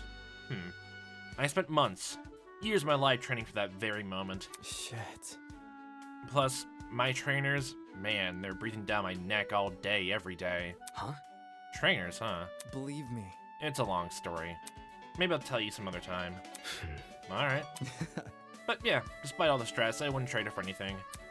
Going to the Olympics was how I met some of the best people in my life. And the comps, oh, back then, they're the most fun I'd ever had. Back then? Funny. Remind us something he said earlier. Don't get me wrong, I used to go wild when it came to comps. That wording, used to. Be so passionate for the sport, why doesn't he do comps anymore? Do you think he's too good for it now since he attended the Olympics? That'd definitely be my reason, but I doubt the same goes for Desmond. Yeah, now I'm like, now I kind of want to like go through like this FTE again, honestly, and think back on it now. There's the whole thing now of like attention and humble, honestly, and the passion for it. It's still there that he very much likes the sport, but now, it's a toss-up now, like what got him into it, like what kept him going into it now. I can't even put into words properly. There's something there at my tongue. FTE complete? Page 5 of Desmond's report card has been updated. He revealed to me that he went to the Olympics, and, unsurprisingly, underwent a lot of stress. It seems like a lot is riding on him being the ultimate marksman, considering it is part of his family's legacy. Nevertheless, he clearly loves the sport. He even said attending regional shooting competitions were the most fun he'd ever had. So why did he imply he no longer attends competitions? I guess explains my initial thing, like, under stress, like, it wasn't just for the attention, honestly, but also, I guess, stress, like, of, under his family's legacy, a bit like that. Both, I guess getting, like, maybe a bit of love and attention from his own family, I guess, in a sense. And probably curiously that, his next FTE is probably going to talk about, his trainers, in a sense, and that'd be the thing that closes out his FTEs, probably when the next chapter comes out, which, slight aside, I'm wondering if we'll actually be able to see Wolfgang's and Ava's, like, FTEs, since they're technically not even alive, when the chapter comes out, but that's neither here or there, but, Like, yeah, like, Desmond is a pretty just chill dude, honestly, even going through all his FTEs, and, that's pretty much nothing more than said to that, but the most interesting thing about him is that, he both is, like, calm and, like, goes for the peace most often, and tries to cause any sort of strife at all. That was the whole point of having that small bit of him, having Damon ask about, like, the trustworthiness of the students, even though it's a bit rude in a sense for, the debating stuff. And trying to talk about in this kind of situation, yeah. But, he's definitely also a good strategist, especially with the whole, thinking about the locked doors rooms and, like, figuring out that whole debacle with everyone's rooms being not locked or even having a lock in general. And then making an idea to, like, have people bunk up together so there's less likely of a chance of a murder happening. Like, more stuff like that honestly would make him even more interesting as the game goes on. I don't know how I think if he's gonna survive or die or not. I can't really predict anything about that, but just outside of all that, nothing more to it. Like, he's just a pretty chill dude, and that's pretty sweet of him. While it was certainly surprising going from the spiteful Eloise to the chill Desmond, how about we get back right on track to discussing and talking with the fun gang, starting with you, Jett, buddy, honestly. Like, you're pretty enthusiastic despite everything going on, even making a little gaming event with Cassidy and a little help from Mark. Honestly, it's very admirable to see. We haven't seen too much of you in this chapter, but hopefully that will change in the future. Hopefully you don't die. What's up? Hey, Shrimp. Eh? Hi, Jett. Eh? I need your opinion on something. Lay it on me. Race car bed or arcade machine? Okay, I thought you were gonna say arcade machine bed. Well, how fancy is the race car bed? I need the specifics. Come again? What are you talking about? You get me? I'm asking which is better. Seriously? If I had to guess, well, like, probably practically I would probably want an arcade machine, but for aesthetic wise, sure. I will literally bring that up every single time, like, Ingrid's around. Fine, if I had to choose. I want to know your answer, Damon. Don't you dare before you God damn, we're never going to hear your true answer, isn't it? We're not going to hear about it. God damn it. Before I knew it, Jett had dragged me into a discussion about race car beds and arcade machines. Those like multi-game arcade machines are the absolute best. They look so fucking cool, honestly. I know, I remember seeing a whole bunch of people like actually buying or like literally making their own from scratch and having in their room. Like, instead of like, you know, the whole coin operator thing, you just press a button a few times and like makes the whole you have a credits thing. Like, you just have infinite credits, honestly. Ooh, it's so cool, it's interesting. And the race beds, they better be very fancy for all that. I actually like how all the FTEs you can have in the overworld here. Like, they have like their own unique little set pieces for each character, as well as going by Mark and here Jett's, honestly. Like, it's a really nice touch, leading to like, you know, people hanging out and just like making conversation, just you know, in Mark's case, just milling about, just laying down. I should have just stayed in my dorm. No, you want to live on the edge, Damon. Would you like to give Jett a gift? Yes. Hell no. Oh my god, that's great. Okay, forget which one of these gifts. Oh, well, he likes a panda hat. Well, here you go. Your panda hat. There you go. My man. Thanks, Potato Chip. This is right up my alley. Potato Chip, I love him. Potato Chip? Brotastic. Berskii. Jett liked your present. Nice. I wonder if was there like a marker on there for some presents, like 2 green arrows or 2 red ones show like some characters absolutely hate something instead of just like it? Huh. You following? Yo, real talk. Hello? What is it? Don't think I've let my guard down about, oh. Huh? Shrimp? I remember what you said after the phony trial. Real uncool stuff, man. Someone's gotta keep an eye on a guy like you, which is why I'm here to play Watchdog. I thought your thing motif right there is a coyote, though. Come again? Play Watchdog? Watchdog 1? I like that game a lot. I haven't put the second one, though. B. Watchdog. Well, do you have a watch beneath that suit of yours? Right. Besides the other wristwatch, okay? The one that obviously can't tell time easily. It's simple. Well, don't expect much. I don't plan to do anything. Except breathe. Exist. Stand over here. Ree! I knew you'd say that. Again, love it. Fucking ree-hee-hee, Berskii, Potato Chip, fucking Nia. Like, he's a perfect maelstrom of just funny lines. Eh? Berskii. Broski! Hey, wanna hang in the kitchen with me? I was thinking of cooking some lunch. Take this seriously. What? No. Learn some cooking skills, you. Am I hearing a yes? Yes, you are. No. No, I said... Never mind, what's the point arguing? It's obvious a guy like him won't listen to reason. I guess I'm in this for the long run. Enjoy boiling a sandwich in a pot. I walked, more like dragged by Jett to the dining hall, just imagining just his legs are like fully just touching the ground, like the back of his knees are just like being dragged along the ground, and just sighing the whole time. Passing by so many people to the kitchen. Save me. God. Oh boy. Okay, what are we cooking? Really? You don't already know? Well, I don't really know what's in here. Look in the pantry. Oh, would I? It was you who suggested me.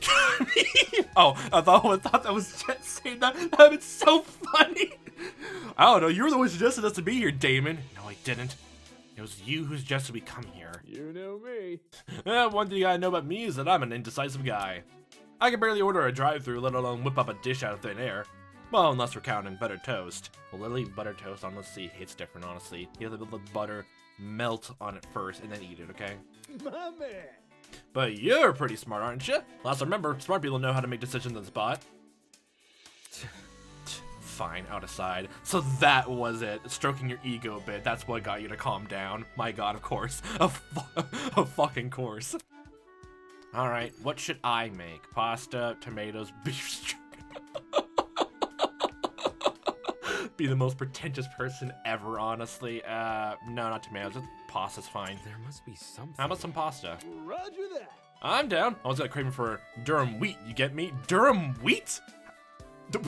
I'm more Why do you know that? How do you know different types of wheat? No dice, suit yourself. Jett began looking through the cabinets in the kitchen. What, do you want to eat do you just want to eat pure wheat? Just shove it straight into your mask, honestly, and just almost like a toothpick, or like, oh, like a corn on the cob, just like bite on one end down and just drag your teeth through it just to get all the wheat little specks on it. What are those balls of wheat inside the stalks called? I want to know now. Geminelli, Masaccioli, Fusilli, Cisallatili, Taglianolini, or Chieti. I don't know how to pronounce most of these, I'm so sorry. Well, shoot. It feels like I'm excavating a plot of land over here. They can make a whole language using just pasta names. The many troublesome efforts, most of which involved arguing which type of grain we wanted. You gotta go with the grain, not against it.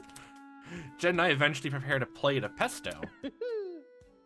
Looking good, looking good. The ellipsy. What is the squiggly line? I don't know if you call this pasta good. Did you only make it al dente with no sauce? How dare. So harsh. You ain't feeling it? You don't vibe with it? You don't vibe with the sauce? Doesn't look particularly edible. Yep. Ever heard the phrase, never judge a book by its cover? You can't review a movie you haven't watched. Well, you can't view a noodle by its own noodle. Ever heard of sticking to one metaphor? No, you gotta mix the metaphors to make it come out cleanly at the other end. Like I do all the time. It's all messy. Why don't you take a bite then? No? Me? Yeah. Yes. You. You enjoy the pasta so much. Now that I think about it, how does he eat? Teleportation. He never seems to take off that helmet of his. At least not when the people are around. Like, what was it? I still remember, like, some of those FTEs that Korekyu had in V3, honestly. Just, like, a secret hidden slot through his own little face mask. Just eating cookies, honestly. You know what? I think my time is gone and done, runner. I'll just take this pasta back to my dorm and save it for later. Strange. You seemed pretty enthusiastic a moment ago. You get me? Life is fleeting, Berskii. Feelings too. Better to flow with it than against it, you feel me? I'm like a walk and talk fountain of wisdom. With pasta in hand, Jett left the dining hall. He doesn't trust you enough to see his own fucking face. You see that, Damon? You gotta work a trust up. Jeez, what's the point cooking together if you're not even gonna eat in front of me? You what? Okay, okay. That's a weird when you put it like that. Was this some thinly veiled attempt to keep an eye on me, or whatever Jett was saying earlier? Now you know how to use these knives with his pasta tools. You just made him stronger, Jett. Talk about extra. Well, that's what Jett always is. FTE complete. Nice. Page 2 Jett's report card has been updated. Nice. Jett Dawson.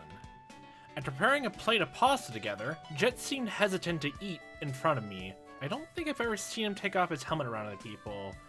I doubt there's gonna be a thing where we see him take his helmet off in FTEs, and like, oh my god, of course if he dies, we're gonna see his helmet get taken off anyway, unless his death is pretty bad, honestly, if he is a victim. Oh boy. But I feel like FTEs are gonna delve into him probably when he got that horrible burn. He talks about a tiny bit, or he just moves along, honestly, and just like talks about it for a tiny bit and just immediately just drops in, just goes off somewhere else. It sounds like in character.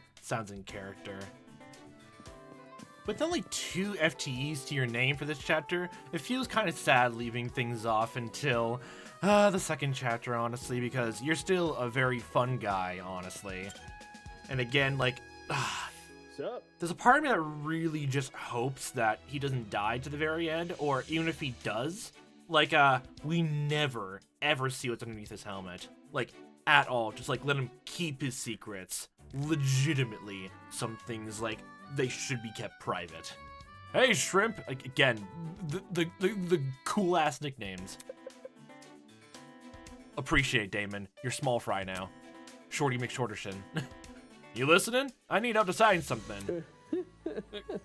Come on. Please? He seems oddly subdued. Alright. Saying that, Jett gave me a thumbs up and went on a giant enthusiastic pep talk. Let's rock and roll. Let's do it. Thumb war. Me and you. Oh my god. Really? A thumb war? Seriously? I declare a thumb war if you win. You know me. You scared? Take this seriously. Obviously, I'm not scared. Well, you might be scarred by the end of it. It is a war, after all. And what you waiting for? The most furious thumb war has commenced. I begrudgingly played a game of thumb war with Jett. I won. You even sound surprised about that. I know. You don't look very happy. Meh. Whatever. Anticlimax aside, to give Jett a gift, was he expecting more of a fight, I guess? Okay. Yes. Nah. Let's see, with someone who's this fun-loving, what kind of party gifts do we have? Would you like this? Why would you not like the Berskii CD player? Why would you not? Everyone knows that this goddamn boombox is fantastic, okay? Well, if you don't like that, then do you like the guitar? Yes, you do. Flamethrower guitar. Everyone wants to put things into flames. What? You should have warned me in advance, man. Now I'm all red in the face. Well, I mean, you're having red everywhere else, so it matches. Jett, love your present. Nice. Nice.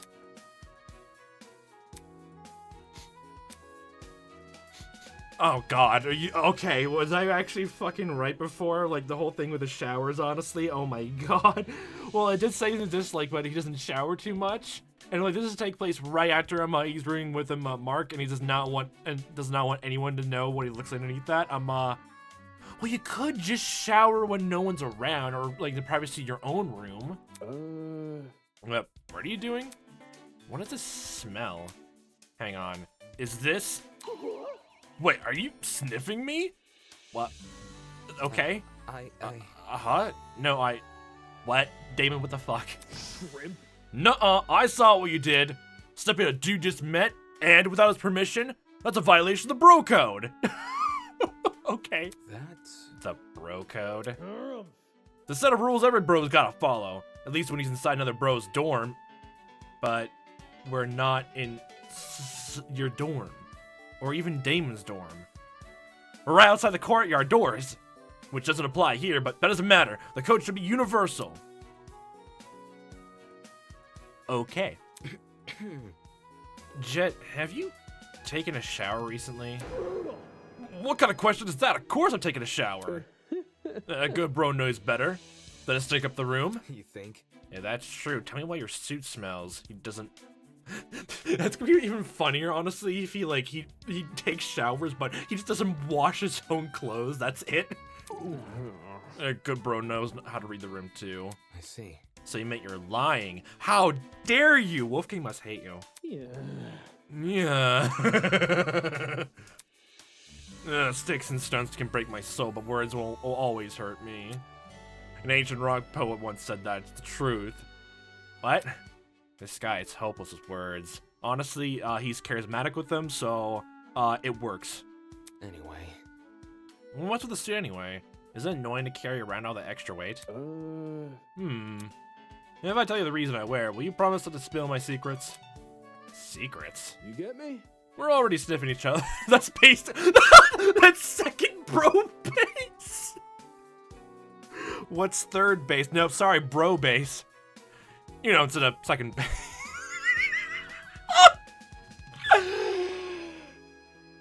No comment. Hey, Damon, what'd you say about that calendar in your room again? He sure changes the attitude quickly. So, pinky swear. Well, it's not skin-to-skin contact, so does that mean the swear doesn't really count? Huh? What? Come on, Piggy's trying to spill my secrets. How about a different color of swear? It's our ode to the bro code. Fine. I held Pinky with Jett. How scandalous. I mean, we literally just did a thumb war, so this is I think this is a step up above that for you, Damon. Unless even this is too uncouth, unprofessional for you. I promise. Yep. On the bro code, to not tell anyone what you're about to share with me. Cool. Let me think. Okay, since you did the steps, I'll confess. Oh boy. It's 7 letters. Privacy. I'm sorry, I don't know how to spell. What does that mean? Privacy? You get me? It's a barrier. From race car driving? What's the barrier for normal life? Is it, or you just like wearing the suit, honestly? Thanks to it, I keep my life in public separate from life in private. Just like that, okay. I guess so. Yeah, for some people just don't want to show their face. Like me, I guess. Like, yeah. Yeah, it makes more sense, yeah. Technically, I guess Mark, in a sense, like, sort of does the same thing. Although, what was it? From just the sound of it, at least right now, I've only done his first FTE. Like, I'm doing all these FTEs in order as it is in this video.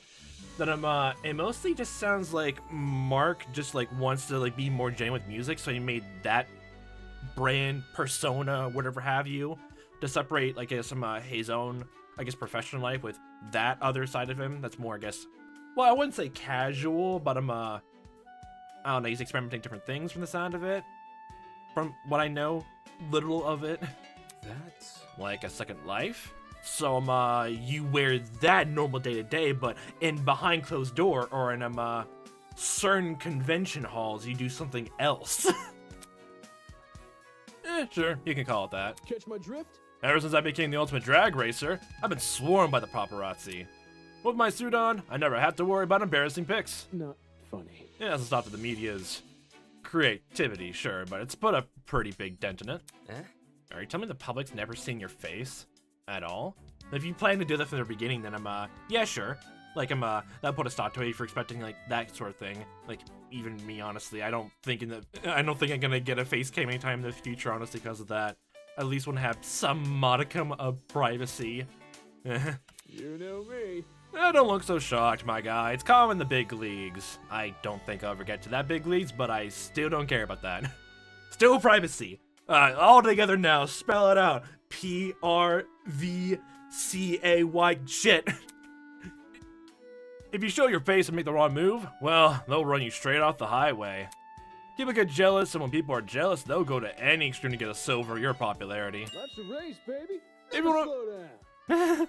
If you want to make it out alive, you gotta stay one step ahead. Always. You mean, I guess 1 lap ahead, I guess, in your allegory's sake? Huh. Never took the racing scene to be so cutthroat.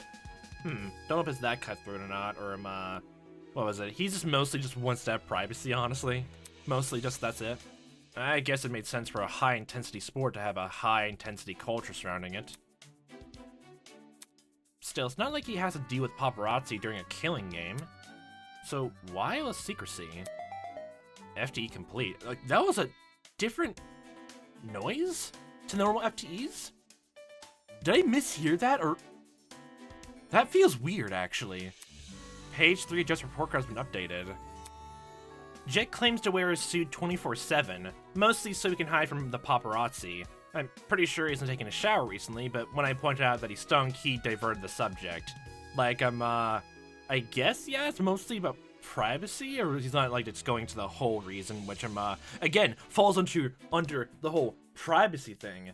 Like, I don't know if, like, the scene in Universe actually is a cutthroat or not, or just mostly just not, like, from the sound of it, he just does not want to either, he definitely likes wearing the suit, and he just does not like, legit does not like taking showers, honestly. It's a combination of both. It started out privacy, but he also liked wearing the suit a lot, and it just kind of, just almost like it's now his second skin. He wears it. What is that Goosebumps episode? Werewolf skin, honestly. He needs it to become the creature within the night. I don't know, just like that.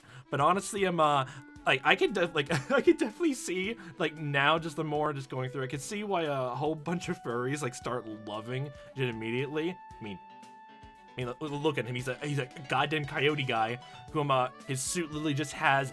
He put ears, like big old coyote ears, on his helmet. Honestly, makes it even funnier that even in the Halloween, like promos and all that, when he wears a different costume, like a Power Rangers, like a red Power Rangers one, he still attaches ears to it. He enjoys it. He likes the lifestyle. And don't get me started on the fucking paw prints he put in his own autograph. And just from his own likes and dislikes, honestly, this feels like a sort of joke for the fandom as well, honestly.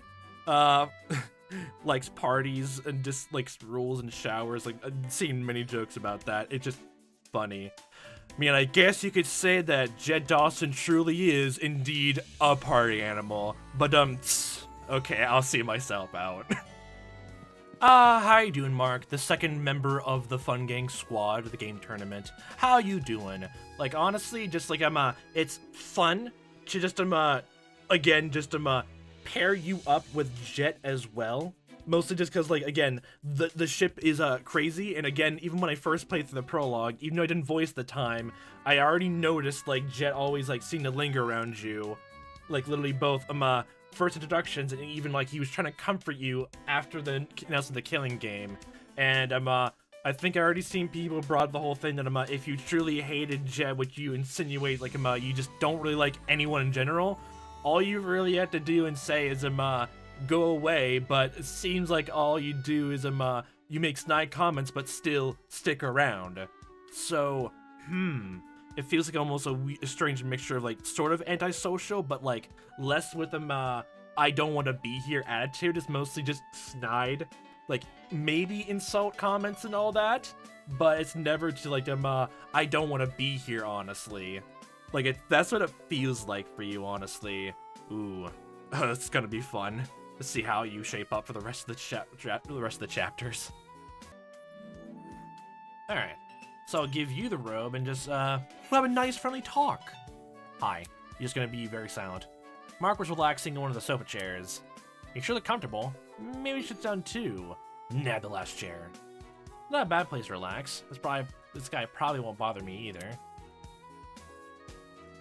Mark and I sat in silence for a few minutes, and we bonded over silence. That was incredibly awkward. Let's see if you like this. Like, they even shown the menu? Okay, good. Don't have to worry about that then. So, just give Robo useful things, honestly. Huh. I don't know why it got this for me, but it's neat. Yeah, it's very neat, actually. You liked your present. Why did I choose to hang out with this guy again? Cool. What's up, Damien? Huh? What? That's your name, right? No. No. My name is Damon. Damon Maitsu, Milswood Debater. Oh, Damon. Do you know my name? I know. You're Mark Berskii, the ultimate music producer. You said this back when we first met. Do you like my name? What sort of question is that? Yeah. Sure, it sounds fine. No, it doesn't. What? Mark doesn't sound cool. Okay, you want to change your name? It's a boring, average name for boring, average people. Mark my words, I'll change my name and I'll rule the day. Why ask for my opinion if you're just gonna turn it down? Anyone with a crappy name like that would want to change it. It's simple. Then change it. You're an adult, aren't you? Doesn't matter. I usually go by nickname anyway. Come again? That being? You don't want to know. My online alias. Okay. Well, people like do that all the time. And to be honest, I would probably prefer to be called my online alias anyway. It's my actual name. I would only want anyone to actually refer to my name, honestly, if like people actually knew me in person, honestly, and actual friends, honestly. So yeah, it's how most people know me. It's just, it's Mayhem. Yeah, I remember seeing that nickname. Honestly, it's pretty cool, actually. What is my name? That's Your name alias is Mayhem, like the noun? Yeah. It's nothing. At this point, it's less of a name and more like a brand. Sorta. Yeah, I can kind of feel that. Yeah. I wonder that's like how it's kind of feeling for my end for everything, like honestly right here. If I FTEs and the whole Mitz thing, it probably sounds more like a brand, honestly. Some parts it is, some parts mostly just a name I thought was cool. His alias is a brand? Hold on, if that's true then, was what he called a nickname actually his stage name, or maybe stage name? Don't tell me, is your alias your stage name? Are you saying you're the Mayhem, the DJ with a mask? You listen to his music? Not willingly, no. His fans are dime a dozen, though.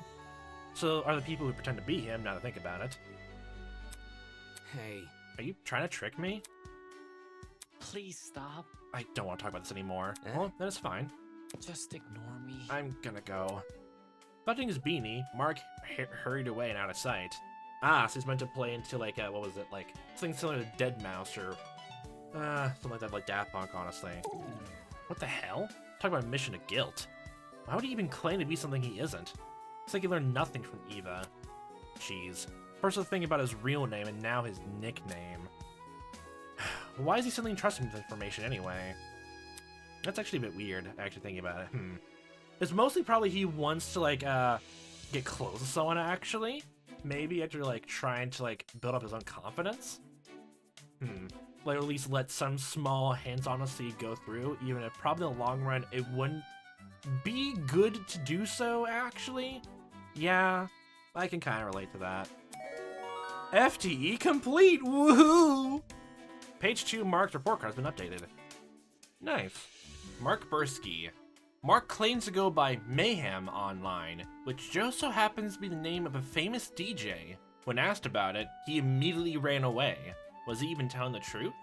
It'd be interesting to see that like, this is literally the plot line his FTEs go down, where he talks more about his, like, on, like, what was a DJ persona when he's, like, masked in person, honestly, doing, like, concerts and other shows like that. And this is how he actually gets out of his own shadow a bit.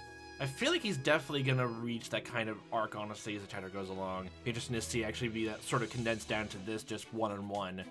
But going up next, I would want the next person to talk to be Jett. And if there's more FTEs after this whole excursion, after whatever ominous shenanigans happen later tonight, then I'll choose to go with Eva and Desmond once.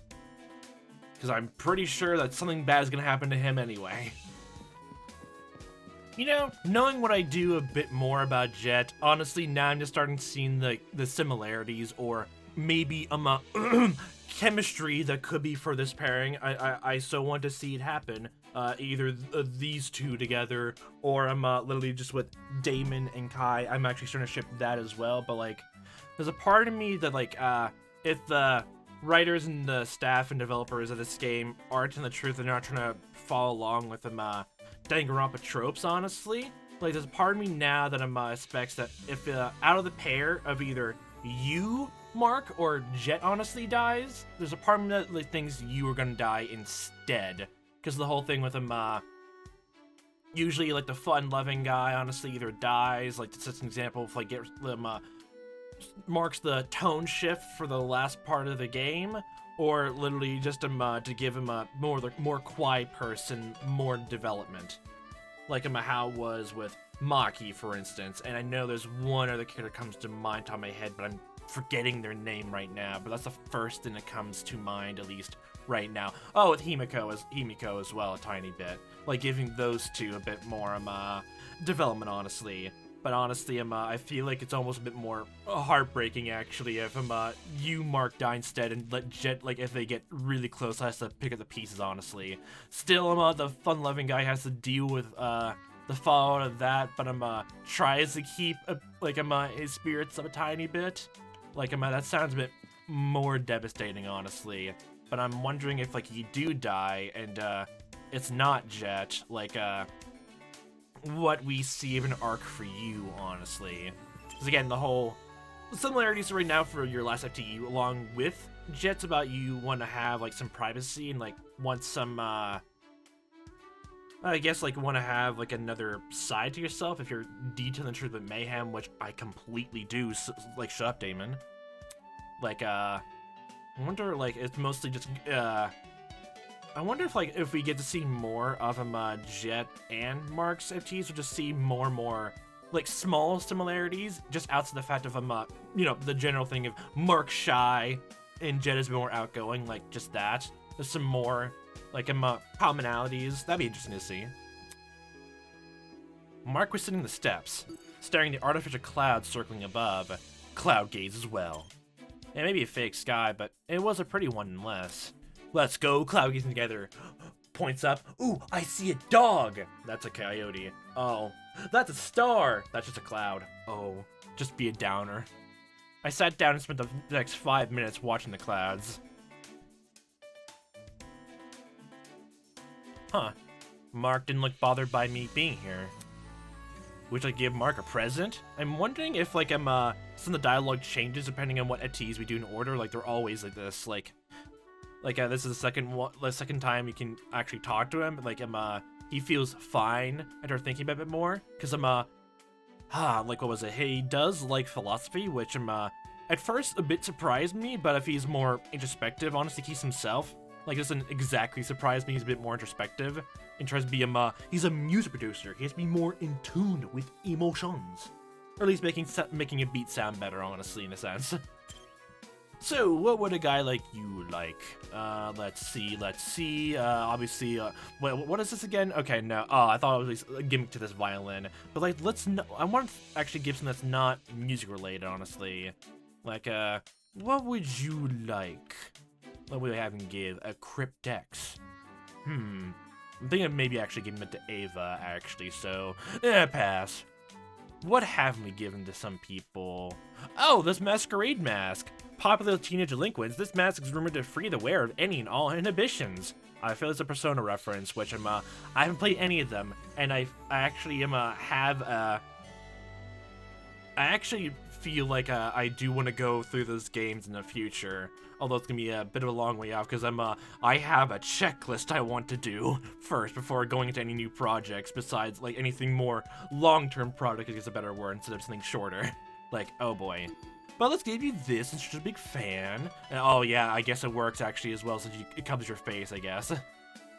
There's that too. Cool. Whoa, this is cool. How'd you know what to get me? I checked your report card. No. So. Hi. Yeah? What do you do as an ultimate? I debate. Yeah, that's what a debater does. Glad you understand. Again, how are you doing? I'm doing fine. How are you? I'm doing swell. That's good to hear. Keep going, you! I really don't want to keep the conversation going, but watching Mark sabotage himself was like watching a dumpster catching fire. Fascinating in a pathetic kind of way. Like, either just like doesn't want to have a conversation, or it's mostly just like he doesn't know how to socialize himself. Like, if he's fine, going underneath the persona, honestly, he can like get into a mindset of actually being more outgoing, like in his mayhem persona. Like, that makes more sense. But if he's trying to be more himself in a more casual light, he just doesn't know what to do, or like he's not thinking through it all the way, which that definitely sounds true with me. I'm a completely awkward person in real life. Everything I'm saying right now is completely off the cuff, and nope, that's very scripted, and I have everything under control. Everything. Exactly. Well, what do you do? Breathe, exist, eat, sleep. Yeah, that's what everyone does. As an ultimate music producer, I mean. Make music! No, produce music, sorry. I mostly make music and stuff. What kind of stuff do you make? What more stuff? Which is kind of obvious from the name. Yeah, it's just like a debater debates. I know. That it is. Anyway. In any case, since we're on the subject, what kind of music do you make? Really? You really want to know? Yeah. Sure. For me to believe this introverted guy was actually Mayhem, the superstar DJ who travels the world and collaborates with popular singers, I had to see some proof first. Synth. You make synth? Oh, I love that. Oh, I love that genre. Like, it's that electronic I think my most go-to is, actually. Just listening to that kind of stuff. Like, Like, oh god, what is that one song that dubs like I'm a Daft Punk made? I haven't heard all their songs, but one comes in mind particular. But god damn it, I keep forgetting its name. But like I first saw it in a stupid Just Dance game. It was like with robots in an assembly line. God damn it, I hate my brain right now. It was that one. It was literally just that. I love that song to death. I keep going back and listening to it. It's great. Oh, I love the genre. Come again? At the start, I made crappy remixes. Look, if you're the new living tombstone, then don't disparage yourself. Make that Five Nights at Freddy's remix song to your heart's content. Cause that song, honestly, even if it's a bit silly, honestly, it's fucking fun. So have fun doing it and have fun making it. Especially with other people making remixes. The ones who are not bad people, by the way. A lot of them are really, really fucking fun. Since they were songs I liked, a lot of them sounded synthy. I see. I guess. Yeah, remixing was my hobby for a while during middle school. Oh, it was it was a thing you did back then in middle school. Huh, nice. But when high school began, so did everything else. That's... Everything else? My career. Like, did you get popular, like, or well-known online just from uploading, like, your, quote-unquote crappy remixes? The FNAF remixes notwithstanding. It's nothing. I want to make original music for myself. Something which could invoke the same feelings my fave artist did. Ew. But I didn't like any of my songs. They were crappy remixes I made. The only difference was people actually listened to my new stuff. I see. As in, your music got popular.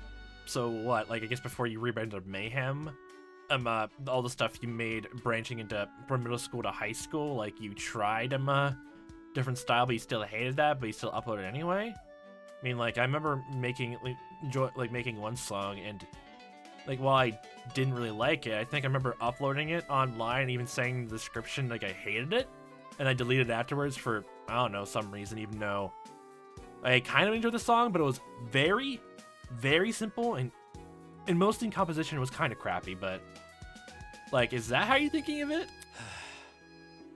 Yeah, my songs got millions of views and millions of sales, and I was left with millions of people who wanted more.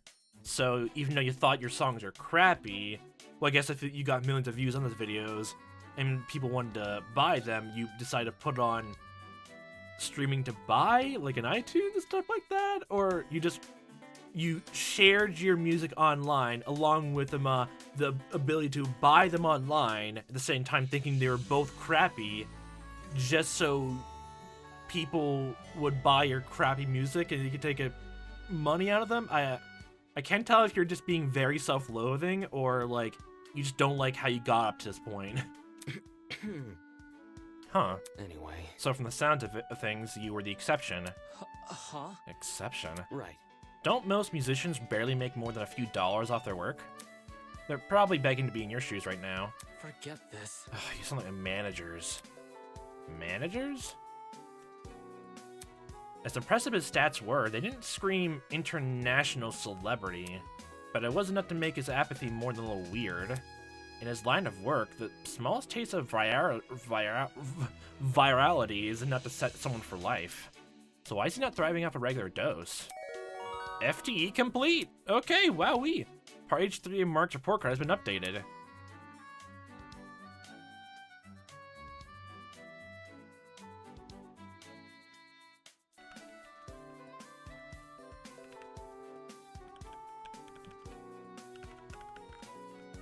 Like an awkward person in real life.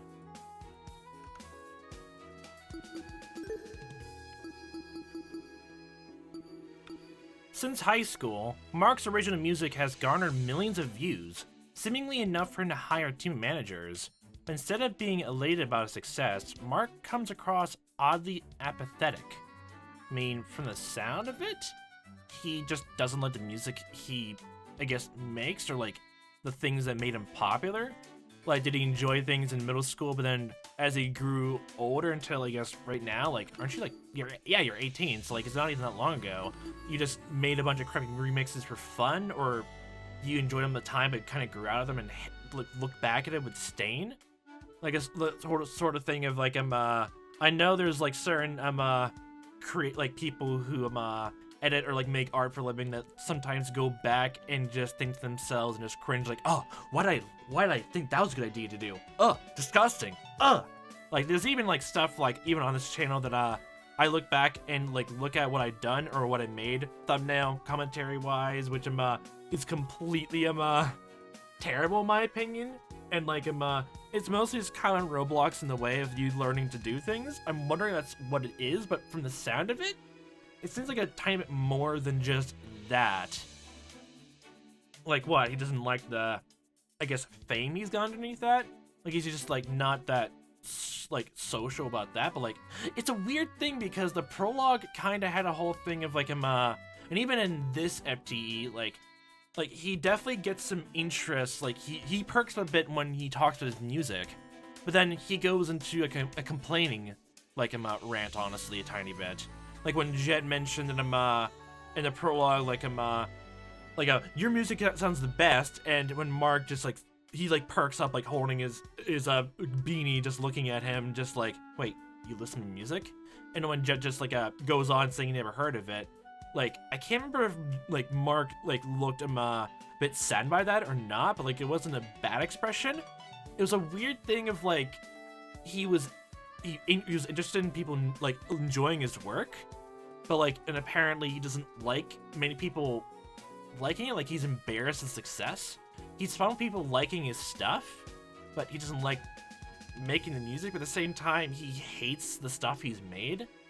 Like there's probably like a very simplistic and Occam's razor answer for this. Like even probably something that maybe I could maybe parse just from the position I'm in, like in what vague position I am in. I'm sorry, I'm not as famous as you, Mark Berskii. My name is not that well regarded right now, and I kind of hope it actually isn't, because I'll be a fucking mess if I get so many different people like watching all the stuff. Like, oh my god, I think I would crumple up and die. But I feel like there's another thing we're missing, at least from only the FTEs here that we're seeing. Like, I think it'd be still interesting, like, if he survives for, like, I think him and Jett will definitely survive, like, a few more chapters, or I hope, anyway. Part of me, like, hopes that at least, at the very least, Jett survives up until at least, like, you know, more late game, like, chapter 4, or whatever else, or just makes it to the end, mostly because, again, bias, I like the guy, I wonder why, yeah, but also he's just very fun, honestly, at that. But Mark seems like, I guess, the conventional, like, like DR Danganronpa character who doesn't say much at the beginning, but then after someone close to them dies, like they try to be more outgoing or have like an actual like change or character arc. But there's a part of me that wonders if they're not gonna do that whole trope, that instead he's gonna have a small slight arc in his chapter, or literally it's a whole chapter all about what the motive is, or like the events surrounding him. Like we learn more about him by proxy. And we actually learn about him mostly from his death, but we don't know much about him that he says like in person, which I guess in its own sense would be its own kind of tragedy in a sense. Like, oh boy. Well, either way, even if like Jett dies or Mark dies or neither of them die or both of them die, it's still gonna be fun to see how they go about. Like again, like these two, honestly, I still have a keen eye and interested in. Not even just ship. Come on, Jean, let's take these two on board and set sail. That's not even just that. Like, I feel like there's definitely something there that can be more interesting involved, actually. Especially all those snide comments, and I guess even with Jett as well. Like he was more vocal about becoming a sheep underneath Wolfgang, honestly, and like about singing people's praises a tiny bit. He's one of the people I guess jumps to that a bit more. That's even kind of demonstrated his own FTE towards Mark as well. So it'd be very interesting to see how those two, and even Cassidy goes up from there. And speaking of Cassidy, and you, Miss Pro Ultimate Gamer, not to be confused with Casual Ultimate Gamer, are the last member of the trio of the Fun Gang. which you definitely as well are meant to be a more what was it? Fun, happy-go-lucky, comic relief character, again, of busting in Damon's door at the beginning, which honestly is the funniest thing, like, the funniest way to start the chapter, honestly. And, what was it? Especially, like, you have a sort of motif with your streaming as well with, communism, which I think even when the developer said, like, it's literally just, like, you're just a gamer, honestly, does not even understand, I guess, the intricacies about all of that, and mostly just playing up as a joke. Whether it's offensive or not, honestly, is up to debate, honestly. I don't know too much about that. Look at me, ignorant fucking gamer. Two wrongs don't make a right. So, want to hear a joke? Ugh. No thanks. Listen to the joke. Listen to the joke. Don't be ignorant, Damon. Okay. Ahem! Exactly. See, Cassidy, you know that Damon deep down wants to know the joke. What did the pirate say when she turned 80? Line the fuck up, Damon. Better zip up my fly, my genius is showing. Oh my god. You don't know, do you? Answer. Matey. Oh, man. Whoa, so you do know. Aw, actually I was thinking like that, but like I thought it'd be too easy. God, Cassidy, give me your material. Like, Jesus. It seems like you're like reading a pun book for babies. It's simple. It's pretty easy to guess. So unfair. I bet you won't figure the answer to this next one. Lay 'em on all. I guess the answer to Cassidy's next joke. And the next. And the next. Wow, Damon, it sounds like you read joke books cover to cover. None of those were even funny. Well, guess what? They can be amusing to some people. Amusing. Want to give Cassidy a gift? Yes. Like, we don't have too much option to give, honestly, because again, we only have very limited free-time events with her, unfortunately. But I already have two in mind from we gotta obviously give gifts that are fucking gaming references. And also, I am so sad that this cowboy hat, which looks so much like a certain other giant heroic sheriff cowboy in a certain other game all about the color yellow, why does she not like it? How dare? How dare thy? How dare you? But apparently she definitely likes Henry Stickmin and some other game that I've never heard of, but something about these genocider scissors. Allegedly, these scissors were the weapon of choice for a famous Japanese serial killer. She really likes that true crime. In fiction. Ooh. Has the bargain bin turned over a new leaf? We're not underneath a tree, so sorry. All the leaves I picked up are old. They're crumbling to fucking dust. Why you make like a tree and leaf, right, Damon? Ha! That's a good amusing joke right there, isn't it? No? Well, okay. So hackneyed. You should have said something earlier. I hate when character development happens off-screen. Well, I'm sorry that you're not the main character. You're not following along with people getting development in the screen off-time, honestly. Sorry to disappoint you. I'm pretty sure that's a common thing in murder mystery stuff until the killer or whoever else reveals it when the clues point to them. You should know this, Cassidy. You should know this. You played Phoenix Wright before. You should know this. You should know the tropes. Cassidy, I like your present, though. Question. You got any friends, Damo Demolition? It's Damon. And why do you want to know? Well, because are you always this sourpuss? Do you just obviously eat so much sour candy to turn out like this? You are what you eat. I'm just wondering what sort of people would hang around a guy like you. That sounds like a backhanded insult. Hey. Well, who do you hang out with? For real? No way, don't tell me. You don't have any friends? Disgraceful. That's not important. I don't have time for friends. What, do you only just do studying? Like, I just keep hearing over and over their FTEs, I guess? Well, I know you make money to, like, help with your folks out, and, I guess have a sort of career in it, somewhat vaguely? I mean, what your long-term, like, goal is. I know there's probably, like, more debate competitions, maybe? When you're, I guess, out of high school, but, like, is there actually more, like, out there you can do as a career with debating, I guess? You don't have time? What the heck are you doing every day? Studying. For what? Oh, debates. Is you read only the debate etiquette 101 ad hominem textbooks and logical fallacies 101 cover to cover. Then cover to back cover in reverse again, up and down page, left to right, upside down, inside and out. Don't look at me like that.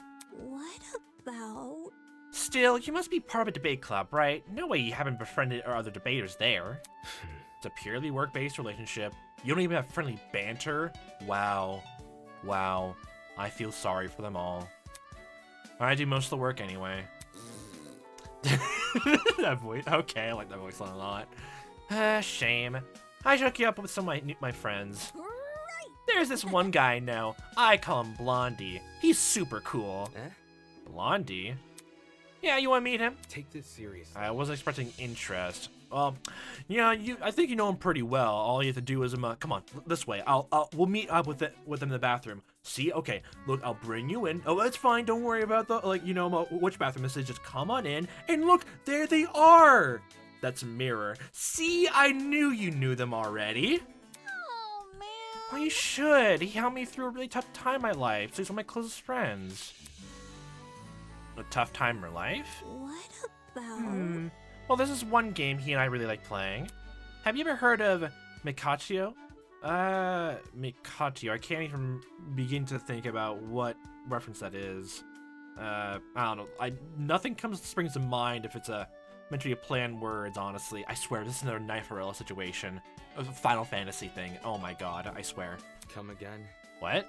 Elementary, my dear. It's a hand game. A hand game? Do you mean like a handheld like DS or like PS Vita or like, a handheld console kind of game? Or like, I don't know, like hand game like, you could play, I guess, with an object with your hand. I guess like a knife game? Please don't do that. To play, you first have to hide your hand behind your back, like this. Cassidy, clench your hand into a fist and put it behind your back. Damon! Come on, put your hand behind your back too. I really didn't want to play hand games, but if I say no here, she'll probably just keep asking me to play. Well, if you don't want to play hand games, you can always play mind games, because if you want to guide in debate, go around in circles then. Verbal. But that's too much work, doing mind games, so fine. Hand games it is. Mimicking Cassidy's example, I hit my hand behind my back. First, you pick a number between 1 and 5, and the number you chose is the amount of fingers you're going to show. Next, you gotta guess how many fingers I'm gonna show and add those two numbers together. Oh, wait, is this literally just one of those things where like you pick a random number between like 1 through 10, honestly, and no matter how, no matter what number it is, like it always ends up being the same number anyway? That just seems like a stupid like normal, just I guess weird mind game, I guess. Like it's literally just like the instructions that say times it by itself or divided by like this amount by itself, honestly, or whatever else, that it just makes it all the same number secretly without you knowing, unless you follow it step by step and logically deduce it. Is that what this is? So you decide to show 3 fingers and think I'm gonna show 2. The number of fingers should be 5. Alright. Then on the count of 3, reveal your hands and you have to yell the sum you had in your head. Okay, I'll play along then. I'm gonna go with behind my back is 4, and I'm thinking of a 3, so 7. Whoever guesses the sum correctly wins. Did you get all that? Yeah. Awesome! I'll do the countdown. Cassie seems like the type to go all out and use every finger, so there's a good chance the final sum will be higher than 5. In which case, the sum I should go with is... okay, I'll go with 7 just because it's my first pick. I don't know what you're thinking, Damon, but I want to choose my first pick. 1, 2, 3. We whipped our hands out from behind our backs. Yeah. Check 7. it out. 5. My hand displayed 2 fingers. 2? Across from me, Cassie's displayed 4. That's 6. Ah, see, Damon? See, we are 1 step away from greatness. 1 step away. It's all you. All your fault. Well, I had 4 and she had 4. Man. 2 and 4, that's 6. We were both only a digit off. Let's try this again. Neither of us winning is boring. Okay then. If it's random each time, I'll change mine again.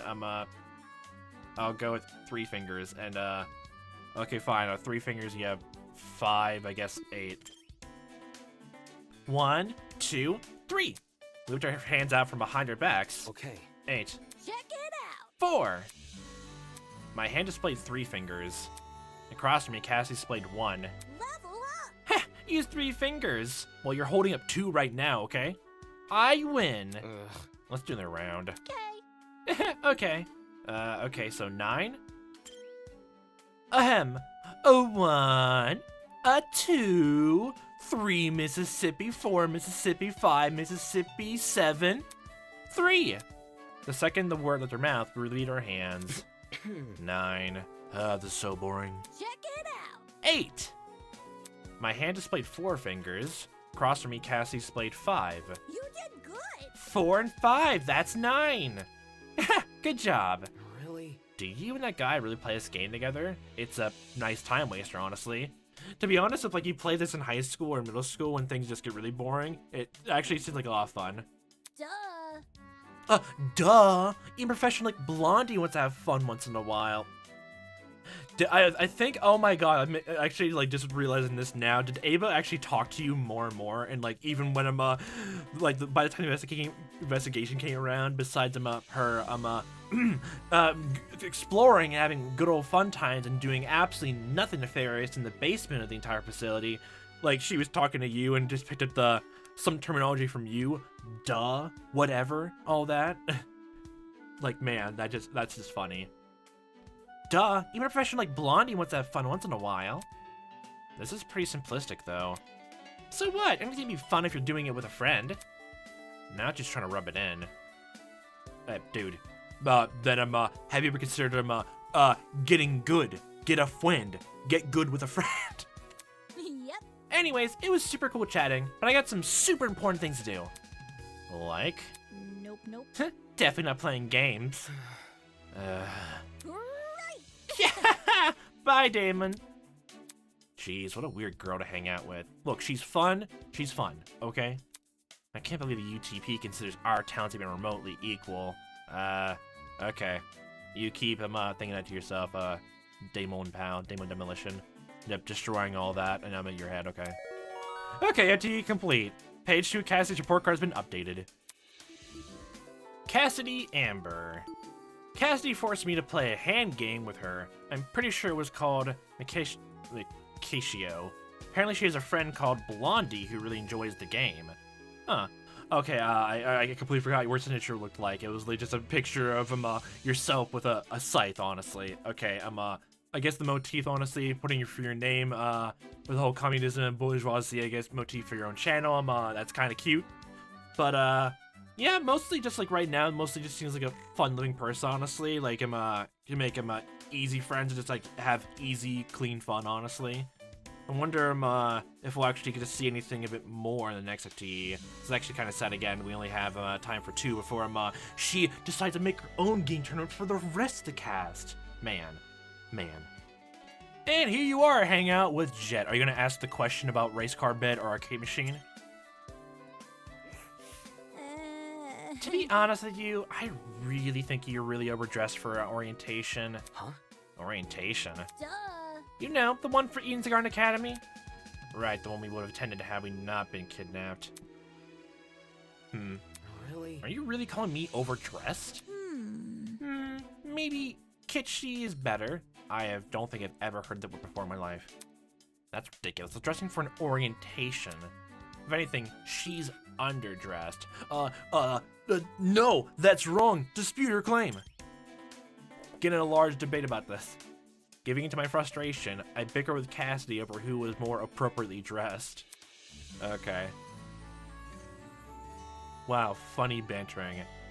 Did I really let her provoke me into a conversation? She's already playing the mind games with you. She's already a step ahead. Oh my god. Okay, and the next gift I'll give her that she would like, it was Henry Stickmin. I will never let it go. Never let it go. So here you go. Sorry you can't teleport out of here with this. I'm pretty sure if you use it, you just get an instant fail. Ooh. Has the bargain bin turned over a new leaf? That's the same dialogue. Sad. Cassidy led your present. Oh, so the 2 I chose are definitely things that she would absolutely love. Well, she already made a lot of references, honestly, in other games, so it's kind of easy to pick that. So how's your day? Anyway. You know, for someone who's the ultimate pro gamer, you seem to focus a lot on streaming. Just because I'm an ultimate pro gamer doesn't mean I can't do other stuff, you know? Pro gaming used to be a really big thing of mine, but I treat it more like a hobby now. I see. And the comment sections of my streams are always filled with people asking when I'm gonna return to it. Pro gaming? Oh. So like you haven't been doing it recently, but you're still scouted for it? I guess if you, what was it? Like you're still gaming online, I guess, and like, I guess and still doing pretty well off, would that still count? I don't quite know. Yeah, my ex-teammates still try to contact me from time to time. Ex-teammates? Yep. My esports team. Oh. I worked with them a year ago. Oh, so it was a recent departure, I guess. I was feeling kind of down at the time, so I figured joining a team would be a good change of pace. I gotten sick of solo gaming tournaments too. There were hundreds of other teams trying to get my attention because of my talent.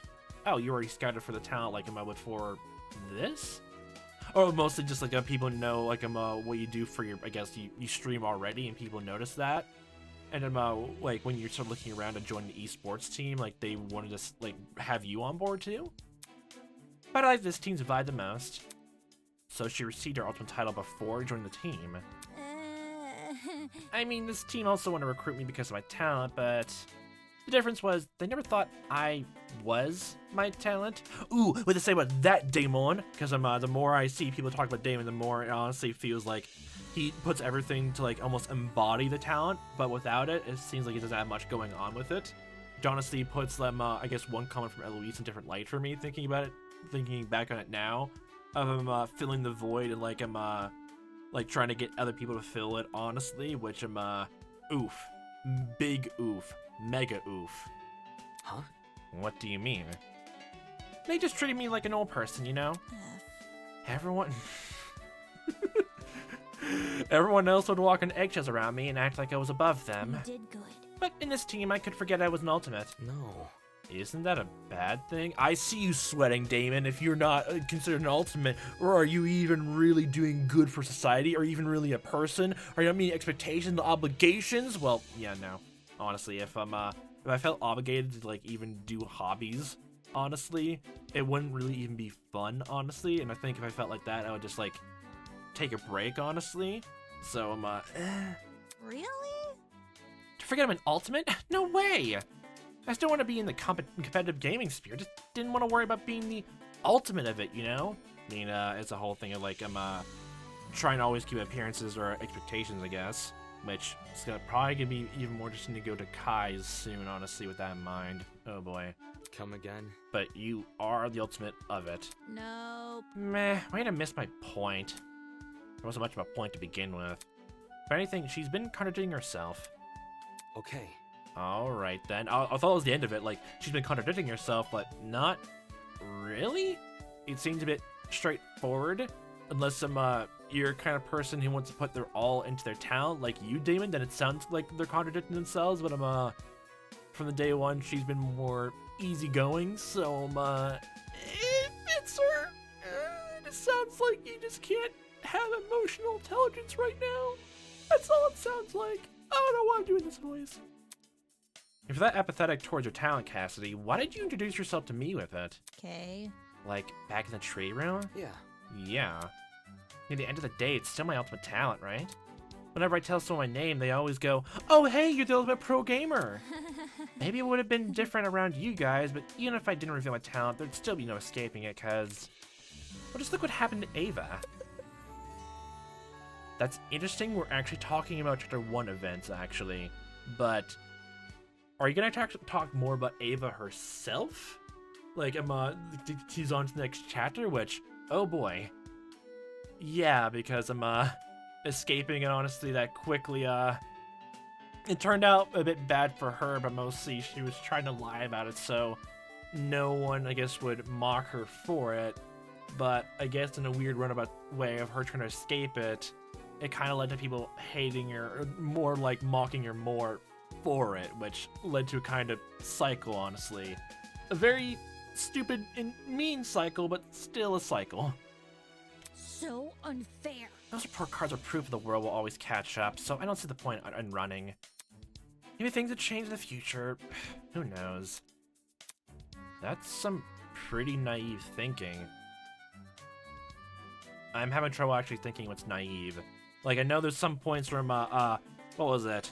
There's probably something about my brain, honestly, which at the time, I think I took along with Jean's, I guess, last FTEs, like, this thing more to him, try to take into consideration, but, like, I keep forgetting sometimes that, Damon has some pretty strange thoughts. I guess not strange, but pretty weird opinions, and I keep that into account, so, Labels exist for a reason. They're designed to regulate society.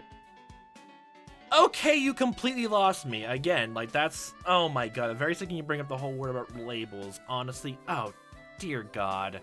I feel like if I'm, what was it? Like, a better way to put it, like, Cassidy heard you say the whole thing about labels, honestly. I bet if I can make a whole giant, back and forth allegory about, like, sometimes labels are only there just for easy comprehension and nothing much else. Like... God, I am not going to deal with this conversation and topic right now because this came out of goddamn nowhere. I remember just like just thinking all this, like even just like with other like queer stuff, honestly, labels, honestly, like that. Like I guess an easier way to do it for I guess more general audience, just possibly watching this. Like Indie Window Studios made a whole video talking about what was it, the genre itself of adventure games, and that goes into a whole entire social linguistics thing about the nature of genre, honestly, and how almost a tiny bit weirdly arbitrary it is, because you're trying to put a lot of boxes around things, which most times, like, they feel like they belong in this box or that box, mostly because it feels right, and not because they have commonalities altogether involved. They mostly just feel like they belong in there and nothing much else, which you have completely lost me, Damon. You have completely lost me. And that includes recognizing people's achievements. Of course, the appropriateness of said recognition is another issue entirely. I'm completely thrown off your train of thought here, Damon. I'm completely thrown off. And you're still talking to her, actually. Oh, every time I feel like we're already done with it, but no, we're not. Regardless, the people she's talking about are ex-teammates, aren't they? And I can't help but wonder why she'd leave a team she loves so much. Okay, now that's more of an interesting point, honestly. Just learning about her actually a bit more. FTE complete. Again, like, this is, like, we did all our FTEs right now, but, like, compared this to the noise that Jett's made, it was a bit different. What was different about Jett's second FTE and not anyone else's? I am very weirded out. I'm wondering if there's something else going on with the mechanics of this game or not, about what FTEs are done before I get a chapter or segment is done. I don't think that's going to be the case, but I'm now thinking a mile a minute about that. Page 3 Cassidy support card has been updated. She used to be part of an esports team. Although the team approached her because of her ultimate talent, Cassidy claims they never made her feel like her ultimate, but for some reason she made out to be a good thing. Like, it's honestly weirdly insightful, honestly, to have a conversation about that with Damon, of all people. Like, again, like, this is like another FTE that came in a feeling almost nowhere, but like, honestly, just from how easygoing, honestly, each about everything, it might just be a matter of time it comes up at some point, actually. Which, even though she's more blasé and easygoing about everything, like, she's not that confrontational, or like tries to grow with the group flow, I guess. Like, she got along really well with Ava before the whole thing with that goes on, but like, depending on like these FTEs, like, because she went to the next chapters, like, she just like casually just brought up with what happened to Ava, honestly, and like almost taking it to heart a tiny bit. I know by the end of the first chapter here, she thought things were fine with her just because like they hung out a tiny bit for a few bits, which I feel it's a bit more indicative, like she makes friends that and like I think they're on good terms so they can have fun together, like, honestly, like that. So I'm starting to think if we do a few more FTEs, honestly, and like she gets along just pretty much still well with Damon, she probably would consider him a friend. That's what it feels like her vibes are. That's probably also the reason why I'm maybe by the end of it, like, she's bantering, having fun with Jett, honestly. Like, even like the last time we did this FTE, she was around with him, and even from the sound of it, like, probably was the one who made the entire conversation up with the race car by the arcade machine, or they actually went and talked about it, and then it was brought up in the plot of the story when they brought the Super Slam Sisters tournament idea. Like it's probably going to be there. There should be more easygoing for the rest of the story. I don't know if I could see her as either being a killer at all. There could be something there, but it's only I think it's only there just because of that one, I guess, intensity thing from the prologue. But anyone could really do that, honestly, to be very intense and passionate about something, or she's playing into, I guess, an in-joke, or she actually does believe that with them. What was it in a weird way, just insulting the wealthy bourgeoisie Winona, which yeah, I don't know if I see her.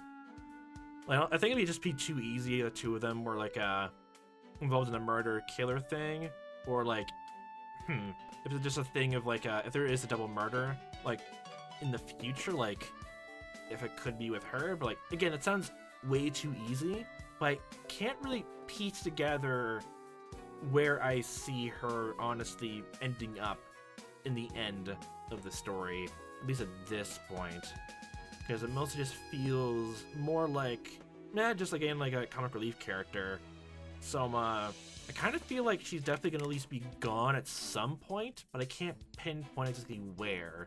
And that's just where the vibes are laying for me. I don't know how to put it though.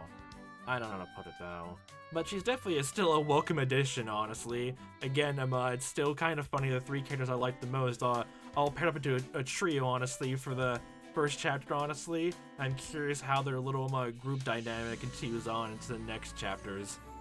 And that'll do it for this episode for Chapter 1's FTEs.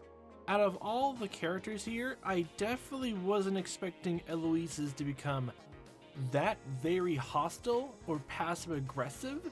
Everyone else episode with Cassidy and Jett and Mark and even Desmond, honestly, literally just fit how I see them to a T, honestly. With some interesting conversations in some of their free time events here and there.